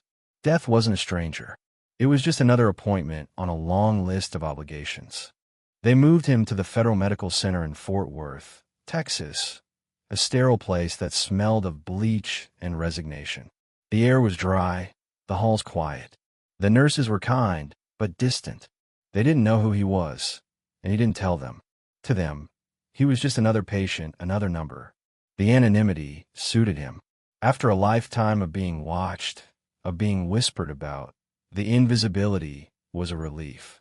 He could sit in his wheelchair by the window, watching the light shift across the courtyard, and no one asked him for favors or money or confessions. Sometimes, the other inmates would approach him, curious about the past. They'd ask about the heist, about Burke, about the old days. Paul would give them the same answer every time. It's all stories now. It was true. The facts didn't matter anymore. The money was gone. The men were gone. The world had moved on. All that was left were the stories. And stories had a way of becoming something else, entirely, once the people inside them were dead. In those final years, Paul found a strange peace in routine. He'd wake early, eat little, read when he could. He rarely spoke on the phone. His wife wrote letters, soft, careful words about family, about how the seasons changed, about how the grandkids were growing. He'd read them slowly, his eyes tracing each word like a prayer. He'd write back sometimes, though his hands had grown unsteady. The letters were simple, direct. "I'm fine," he'd write. "Don't worry." It was the same phrase he'd used his whole life, and even now, it was a lie. There were nights when he couldn't sleep, when the silence pressed too hard against the walls. On those nights, he thought about the choices he'd made. Not with regret, exactly, but with clarity. He knew what his life had been. He didn't pretend it had been noble, but he understood it. Every move, every deal, every decision had been part of code that once made sense. But the code was gone now, buried beneath indictments and headlines. He'd lived by a set of rules that no longer applied to the world outside. It was like being a soldier who outlived his war. By early 1988, he could feel the end closing in. His breathing grew shallow, his voice rasped. The nurses tried to comfort him, but Paul waved them off with a small smile. "I've had worse," he'd whisper. He wasn't lying. He'd survived beatings, prison riots, betrayal, loss. What was death compared to that? It was just another door, another silence. One morning in May, he didn't wake up.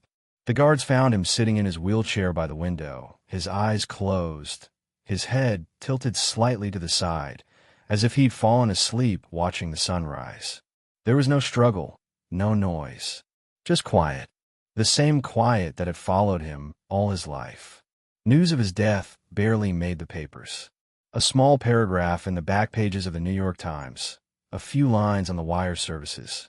Paul Vario, reputed organized crime figure and former Lucchese family capo, died Tuesday at the Federal Medical Center in Fort Worth, Texas.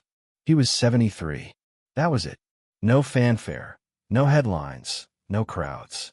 The world had already forgotten him. He was buried at St. John's Cemetery in Queens, the same resting place as many of the men he'd once called brothers. His funeral was small. A few family members, a few old faces who still remember the days when Brooklyn answered to him. The priest spoke of forgiveness, of redemption, of God's mercy. But Paul's life had never been about redemption. It had been about survival. He'd lived in the spaces between right and wrong, between power and fear. There was no moral in his story, no lesson to be learned. Just the quiet truth that power fades and silence endures. After the service, the handful of mourners lingered for a while. The air smelled of rain.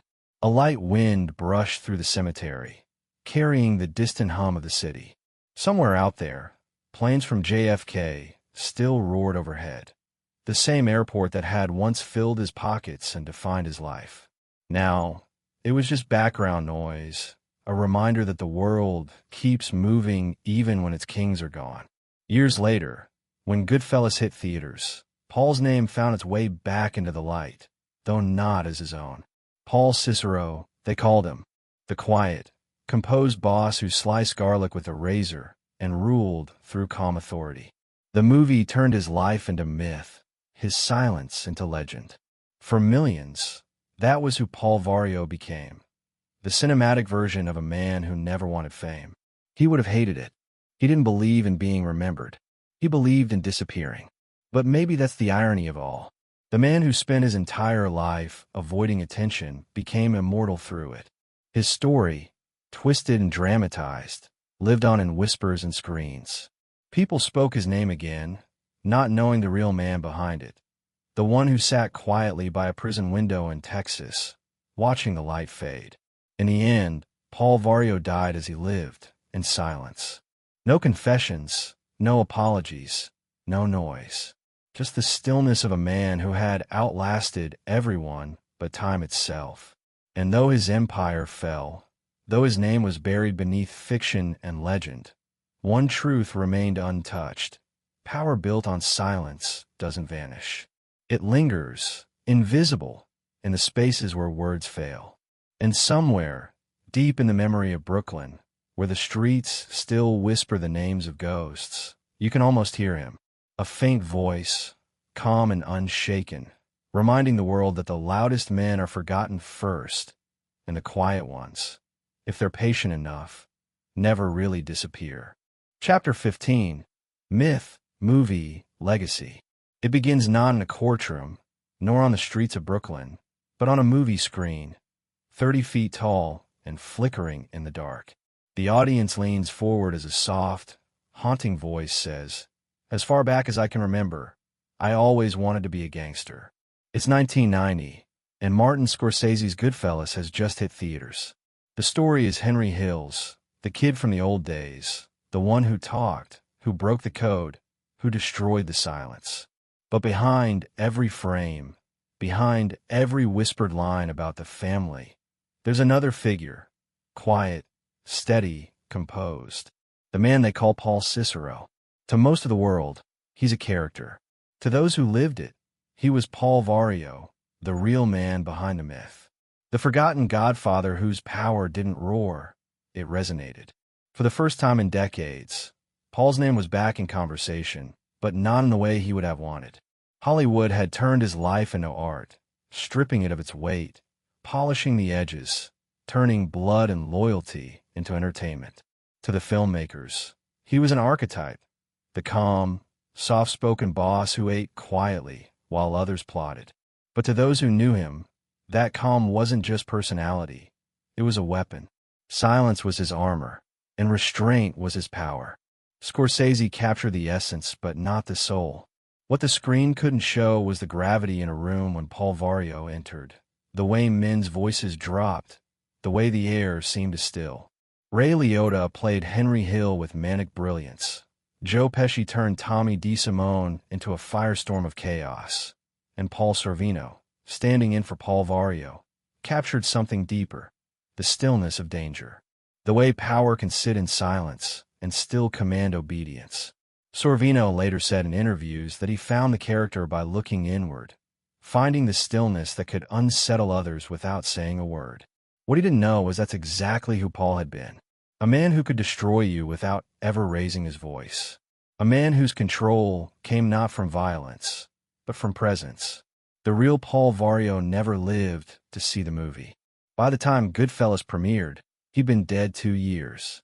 He never saw his life turned into legend, never saw his name rewritten into pop culture mythology. But maybe that was fitting. He'd always prefer the shadows. Fame was for the loud, the reckless, the doomed.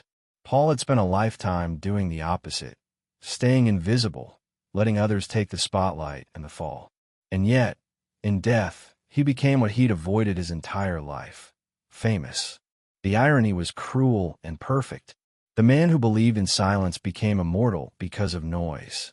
People who had never heard his name now watch his fictional version cut garlic with a razor blade, teaching a generation that real power didn't need a shout. They quoted him, admired him, even respected him. But the truth of the man was much darker and far quieter. In real life, Paul didn't hold court in prison kitchens. He didn't share meals and fatherly advice with the soldiers. He was colder, sharper, more distant. He was the kind of man who studied people the way chess players study the board. 3 moves ahead, always calculating. His affection, when it showed, came in strange ways: a nod, a favor, a silence that meant approval. But when he withdrew that silence, when he stopped looking your way, it was a death sentence long before anyone pulled a trigger. He didn't yell, he didn't threaten, he just made you disappear. Still, for all its embellishment, Goodfellas did something powerful. It made the underworld human again. It peeled back the myth of the mob as an empire of honor and revealed it for what it truly was: a machine of greed, fear, and fleeting loyalty. And yet, it couldn't resist mythologizing men like Paul. The world loves stories about order and chaos, about kings who rule from the dark. And that's what Paul became in the public eye, a symbol of the old way, the dying art of quiet power. But in Brooklyn, among those who remembered him, the myth was never enough. They remembered the man before the headlines, before the heists, before the trials. They remembered the young, tough kid on the corner in Brownsville, the one who kept his head down while everyone else tried to prove themselves. They remembered how he built his empire piece by piece, not through noise or brutality, but through discipline. They remembered that even as the world fell apart around him, Paul never changed his tone, never lost his composure. To them, he wasn't a movie character. He was a code, a way of living that no longer existed. There's something tragic about that kind of legacy. The real man fades, and the story remains. People remember the version that entertains them, not the one that warns them. The truth about Paul Vario isn't that he was untouchable. It's that he was human, bound by the same flaws that destroyed everyone else. Pride, trust, habit. He believed he could control loyalty the way a conductor controls an orchestra. But loyalty isn't music. It's a storm. And when Henry Hill opened his mouth, that storm blew through everything Paul had ever built. After the movie came out, Henry Hill became a celebrity of sorts. He appeared on talk shows, told stories about the old days, laughed about the men who had once terrified the city. He spoke about Paul too, always with a mix of respect and guilt, as if he knew the weight of what he'd done. He called Paul a gentleman, a boss from another era, but there was something hollow in his words. Because no matter how many interviews Henry gave, no matter how many times he tried to explain himself, he could never undo what his voice had done. His fame was built on Paul's ruin. To the world, Goodfellas was just a movie. To those who lived it, it was a resurrection and a distortion. Jimmy Burke became Jimmy Conway. Tommy DeSimone became Tommy DeVito. Paul Vario became Paul Cicero. Each name changed, each detail adjusted, but the shadows beneath them stayed real. The truth lingered, hidden in plain sight. When audiences applauded, they weren't clapping for fiction. They were clapping for ghosts. In the years that followed, documentaries, books, and podcasts would retell the story again and again. Each one promised the real truth. Each one claimed new insights. But every retelling moved the truth a little further away. Paul became a symbol, then a reference, then a line of dialogue. Even his photograph, black and white, formal, unassuming, looked more like a relic than a man. People spoke about him as though he were a mythic figure, a phantom from a time when honor still meant something in the underworld. But honor, as Paul knew, was just another form of control. And like everything else, it fades when power does. Somewhere in Brooklyn, in the quiet corners where the past refuses to die, there are still old men who remember the real version. Men who once worked the docks, who once collected envelopes, who once saw Paul drive by in that gray Lincoln with the windows up and his eyes forward. They'll tell you he wasn't cruel. He wasn't kind either. He was fair, which, in that world, meant dangerous. If you did your job, he left you alone. If you crossed him, you never saw it coming. That was the balance he maintained. Fear and respect perfectly measured. And yet, when they speak of him now, there's something else in their tone. A quiet mourning. Not for the man, but for the world he represented. The old way, the structure, the discipline, the silence. Because after Paul, the streets changed forever. The chaos of the 80s, the greed of the 90s, the disarray of the new millennium. It all began when men like him were gone. He wasn't just the end of an era. He was its last whisper. Time has a cruel way of flattening legends. It takes complex men and reduces them to roles. The villain, the hero, the ghost. Paul never saw himself as any of those. He was, in his mind, a businessman, a pragmatist, a man who understood that power wasn't about headlines. It was about stability. He didn't want to rule the world. He just wanted control over his corner of it. The tragedy is that he achieved exactly that, and it still destroyed him. Even now, more than 3 decades after his death, his shadow lingers. Every time someone quotes Goodfellas, every time someone imitates the way Paul Sorvino's character speaks, softly, while slicing garlic paper thin, the myth breathes again. But beneath that image, the truth remains buried. The real Paul Vario wasn't a movie villain or a father figure. He was a man who lived and died by code no one could keep forever. In the end, that's what his legacy became. A cautionary tale disguised as glamour. The young men who watched Goodfellas dreaming of the life it portrayed never understood the cost. They saw the suits, the money, the camaraderie. They didn't see the paranoia, the betrayal, the endless erosion of trust. They didn't see the silence that followed, the loneliness of power. Paul's story isn't a celebration, it's a requiem, a warning sung softly, drowned out by applause. If Paul could see it now, the films, the interviews, the endless fascination, he might laugh. Not a loud laugh, just a small one, the kind that hides behind tired eyes. Because in a way, he'd won. He'd vanished in life, and now, even in death, he remained untouchable. The world had turned him into something larger than the man he was, and yet, they still didn't really know him. They never would. That was his last victory. The myth continues because silence invites imagination. People fill the quiet with their own versions of truth. And Paul Vario left behind a lot of quiet. Maybe that's what he wanted all along. Not fame, not absolution, but to be remembered on his own terms, even if those terms were rewritten. Maybe that's what power truly is. Not control over others, but control over how you disappear. In the final scene of Goodfellas, Henry Hill breaks the fourth wall, looking directly into the camera as he laments the life he's lost. "I'm an average nobody," he says. "I get to live the rest of my life like a schnook." It's a line about regret, about the futility of greed and glory. But if you listen closely, it's also about Paul. Because while Henry's words were confessions, Paul's were never spoken. He didn't need to explain himself. He didn't need to look into the camera. His story was written in silence, and silence doesn't confess. And so it ends, not with a gunshot, not with betrayal, not with vengeance, but with the echo of a man who mastered invisibility. The forgotten Goodfellas Godfather, the quiet ruler of Brooklyn, the man who taught the world that sometimes the most dangerous voice is the one that never speaks at all. He is long gone now, buried beneath years of myth and memory. But somewhere under the